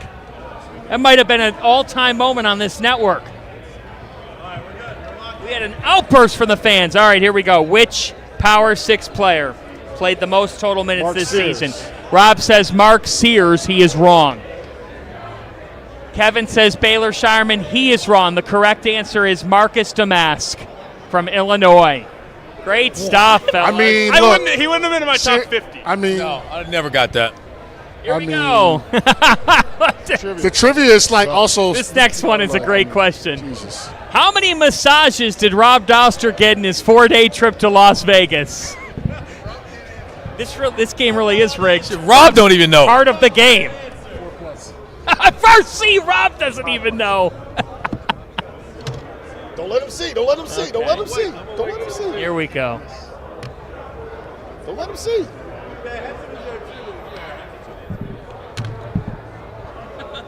Why are you writing? What are you writing? You're spelling this a number. Hold on. We're getting clever over The here. correct answer. Okay. I have the right answer. Hold on. What is it? Correct 2 plus answer. 1 lookalike. 2 plus 1 lookalike is one answer from Kevin. Rob? The answer is 2. 2 from Rob. How do you know? All right, how did so you know here's about the deal. I'm awarding a point to Dauster and Childress, which puts them up 2-0. But because of 2 plus 1, I'm giving out 2 points to Sweeney. This game is tied at 2. This scoring is bullshit. See, that's called a give-back call. That's called a give-back call. All right? I'm channeling my inner Jeffrey Anderson, Roger Harrison, Terry Oglesby, who tomorrow have a very hard job. Question number 4. Which Final Four player has played at the most schools? Schools. Has played for the most teams. Final Four player? Yep, they're in the Final Four. Boom, boom, boom, boom, boom, boom, boom, boom, boom, boom, boom, boom, boom, boom, boom, boom, boom, boom, bum bum bum bum bum. Oh, do, do, do, do, do, do. Okay, our contestants are ready. Fancy, Robert. you have Again, the question, folks. You have an angelic voice. Which Final Four player has played at the most schools? Robert, go ahead. Aaron Estrada. Aaron Estrada and Aaron Estrada. We're tied at 3. We're tied at 3. Easy money. This is the best segment in this network's history. We have fans going crazy. We have a game tied up at 3. We have more questions here. On January the 5th, Fanta. Did not know that we were going. Fanta reassured Illinois fans their season wasn't over. To the tune of what song? You have to be a hardcore After Dark viewer to know what song I sang. It was on a Friday night. Illinois lost to Purdue, and I sang a song that we put out. Trevor, do you remember the song? Yes. And you sang? Yes. It's by an 80s band. It's by an 80s band. We're tied at 3. No, Sean's cheating again. Sean is cheating again. I got nothing. You got nothing? I got nothing. I'm not. What are we gonna guess at? Henson's got something. What song? The tune of what song? I have no idea. I trust John Henson. Here we go. Henson. What do you put? Okay, nope. Electric Avenue. Nope. Yeah, I'm trying to think. Yeah, I'm trying to get the right words right because it was so hard. Shit, you don't even Sing! No. Sing! Let's Don't go. stop Let's go. believing. Hold on to that feeling. Underwood's gonna get Journey. Don't stop believing, brother. How do you not know Journey? I didn't listen to Journey when I was 7, 8 years old. Sorry. Marcus Domask. Next question. Next question. And their belief ended in the Elite Eight. But their season didn't end. Order the final four coaches. Order the final 4 coaches. We're tied at 3 from youngest to oldest. How old are they? So you've got, in this no particular order, you've got Matt Painter, you've got Dan Hurley, you've got Kevin Keats, you've got Nate Oates. Order them from youngest to oldest. Youngest to oldest. Hey, Fanta. Point for each. What? Oh, there's a point for each. There's a point for each on this question. They're all the Saints. I think he's young. I think it's 10 seconds. Bro, it's 4 names. 4 names. Yeah, like 4 names, and you get point for each. Jesus Christ, don't like it so wrong.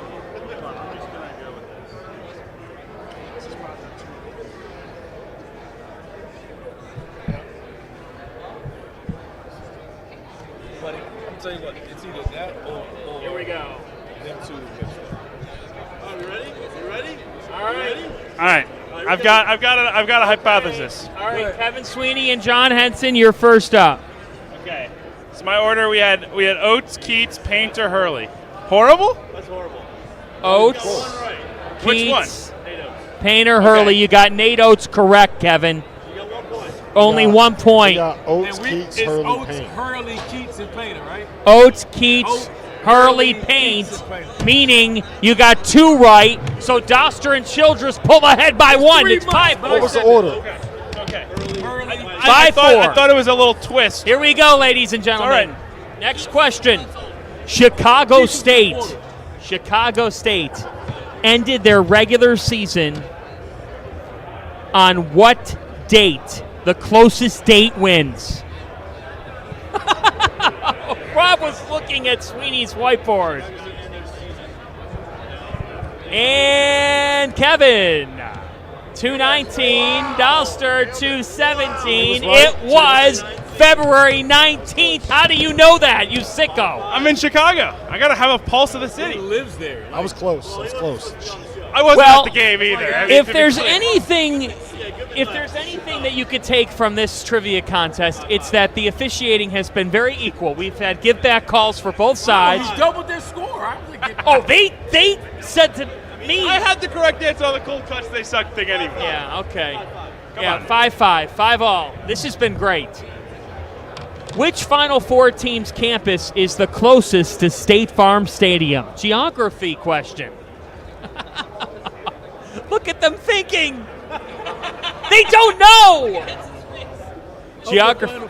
Yeah, okay. Which Final Four team's campus is the closest to State Farm Stadium? Connecticut, NC State, Purdue, or Alabama? Which Final Four team's campus is the closest to State Farm Stadium? Are we ready? There should be a time limit. Hold on. Folks, I think we might have a changed answer. They wiped it out. They wiped out the answer. Go ahead, Kevin. Purdue or Alabama? It was Alabama. Rob, what in the world? Are you kidding me? Indiana? We tricked ourselves. So now, tell me what happened there. No, because we were like, Alabama's too obvious. They wouldn't ask that question. It's too Well, obvious. Phoenix is south. But it's too obvious. It's not too obvious. It's too obvious. Who thought of Alabama on your side? Hey, Of course. And then did you say, oh, RC with the late switcheroo. It's 6'5", Sweeney and Henson. too obvious. Next question. Unbelievable. Who did Samuel L. Jackson say flops like he's on a soccer pitch? Should be a layup. Should be a layup. I have 3 questions left after this. All right, here we go. Answer. Hunter and Hunter Dickinson. Hunter. So that puts us at 7-6. Sweeney and Henson are up 7-6. We have 3 to play. A lot of work to be done. We have a Connecticut fan ready to go. You look familiar from a show we did last year. It's Little Red. Next. Which of the Final Four teams... What do you have to say? Let's go Huskies! Come on, Huskies! He's never been here before. Let's go. Let's run it back. Let's run it back. Fanta, you've never been here before. Let's go. Let's go. Let's go! Boiler up, baby, let's go! A reminder, we're going to decide the college basketball national champion tomorrow night. All right. Give me a UConn chant. Yeah, go ahead.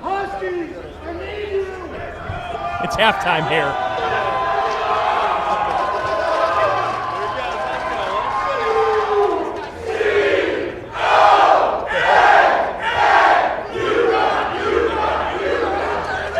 Are you kidding me? Where's Quake? Where's Boeheim? Boeheim's hiding. Oh my gosh. Let's go. Boeheim is hiding. Boeheim is hiding. That is why he has a wrap on his knee, probably tore his ACL, cheering for the Huskies. We have 3 trivia questions left, Jeff. We have 3 trivia questions left. All right, here we go. Which of the Final Four teams played they're writing on a whiteboard. You can't yell at the issue. Which of the Final Four teams played the most overtime games this season? Which of the Final Four teams played the most overtime games this season? NC State, Purdue, Alabama, UConn.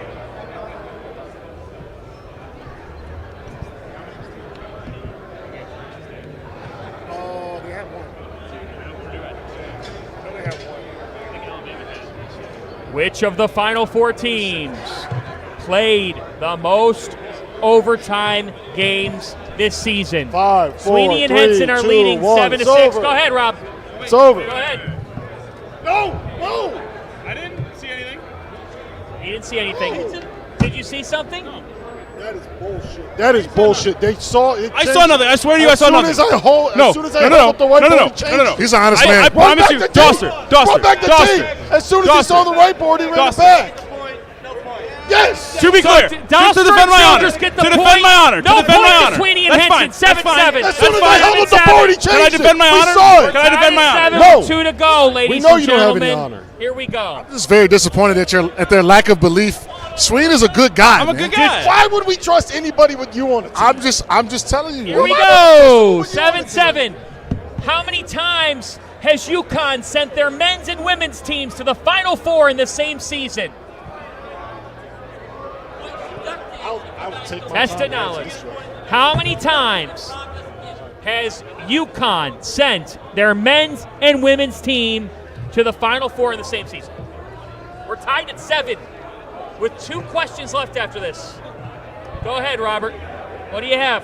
Hey, we got to go. I saw his answer, so he's committed. Go ahead. 3. The correct answer is 4. Dauster and Childress pull at 8-7. This would be Bobby D's biggest win. All the marbles. It's all right. What team got stuck in an elevator, causing the start of their game to be delayed?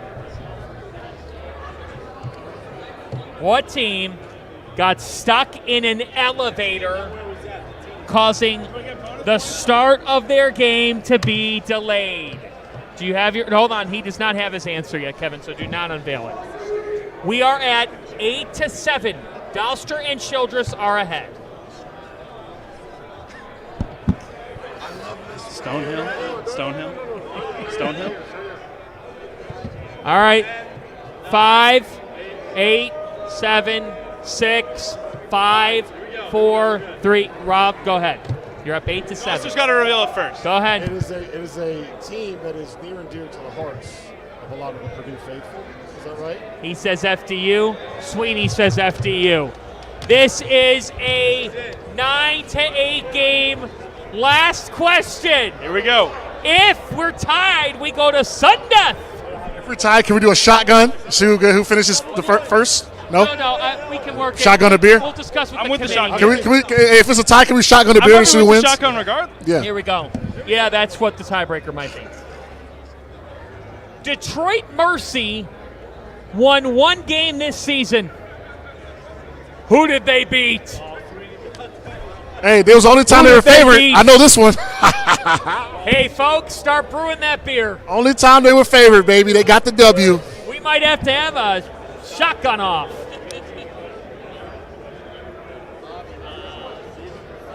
we have to get a waitress or waiter to get us 1 beer? What? All right, here we go. Oh! Go ahead, Kevin. Wait, no. The drama here is actually, who's up here? Robin, Randolph, or Rob? Let Robin go. Kevin, no, because Kevin's trailing. So this would tie it. He says IUPUI on Valentine's Day. On Valentine's Day. Robert, you said. It's always, I think we need to run it back because now look. I've been sitting back and observing. That's There's the worst some BS thing I've going on ever around seen. here because Rob looks clueless until the last minute, and then all of a sudden he comes up with this magical right answer. Also, this is the worst. He comes up with this magical right answer. Goodman, He can't lose with No. penmanship. This is crazy. I'm Rob, gonna show pull in our clause. judge. Hold on, I'm going to pull in our judge. I have no look. Let me pull in our judge. Here. Somebody's talking to Rob. Okay, sit down. Somebody's sit talking down. to Rob. So here's what we've got. Henson and Sweeney believe they just tied the game. They think Rob was looking at their whiteboard. No, that's not what he said. I didn't say no. Not looking at my whiteboard. All I'm saying is this. A guy that went to Carolina. Look. We haven't Rob looks perplexed. Rob looks perplexed. As soon as we put the board down, all of a sudden, Rob has the And correct I answer. said IUPUI. He said it to me. He said it to me. Randolph got them. Randolph from DC now. Don't get it twisted. Now them boys up there, real slicksters up there, real slicksters. Hey. I think they all. I need a waiter or a waitress here. One per team for the competition. One per team for the competition. Henson versus. I need a waiter or a waitress here to get I us take 4. Henson against anyone here. We need 4 beers. I'll drink beer. Okay, I'll drink for you. No, Henson versus Dauster for the competition. Henson versus Dauster's gonna kill. Dauster's gonna kill me. Quickly, 2 we're beers. live. 2 quick beers. In a can. And Dauster's going to face Henson in a shotgun off with beers. Oh, it's a glass. That's fine. It's a drink I'll off. drink an old fashioned. Chug off. I just don't drink beer. So who's going to win this? I'm betting the world on you, Henson. I have not chugged a beer since I was at frat court in Carolina, but Since you were where? frat court is where all the frat houses are. So What is the writing here? What's the handle? IU upside down bowl. What is it? IU breast cancer awareness UI. It does. It did look like that. It did look like the ribbon that you see on it. And he just didn't go over. I'm sorry, but yeah, it's going to be tough. No. Did but you know hold the on. answer? Yes, I knew the fucking answer. Hey, it's a family program. Hey, there's kids around here. Sean Paul is watching. I do not appreciate the slander. My mom is watching. I do not And we're over here appreciate cursing. the slander. Mother, I'm sorry. And just wait for me to shotgun this beer. Mrs. Henson, I apologize. I apologize. Well, for not you're knowing going to you were watching. apologize second because Mrs. he's about to Mrs. Henson, I have a lot of respect chug for a you. beer. I don't have much respect for your son, Mrs. Henson. I don't have much respect for your son. Okay, we'll do a sudden death question. All right, I'll do a No. No, I think that this will be better. No, I'm not agreeing to anything. We won. We lost. Here. Okay, here they are. Here we go. This is what they got to do, RC. This is what they got to do. This is what you John guys Henson gotta do. and Rob Dauster. Here we go. This is going to be captured live. Okay. This is what they have to do. Here's what we're going to do. This is what we're going to do. This is what we're going to do. Henson, take that. Take your L. Oh, it was an L. It was an L. Okay. So come to the center stage. The fans are going to be judging here too. If you don't want to smoke, you don't want to Beer smoke. off here. Go ahead.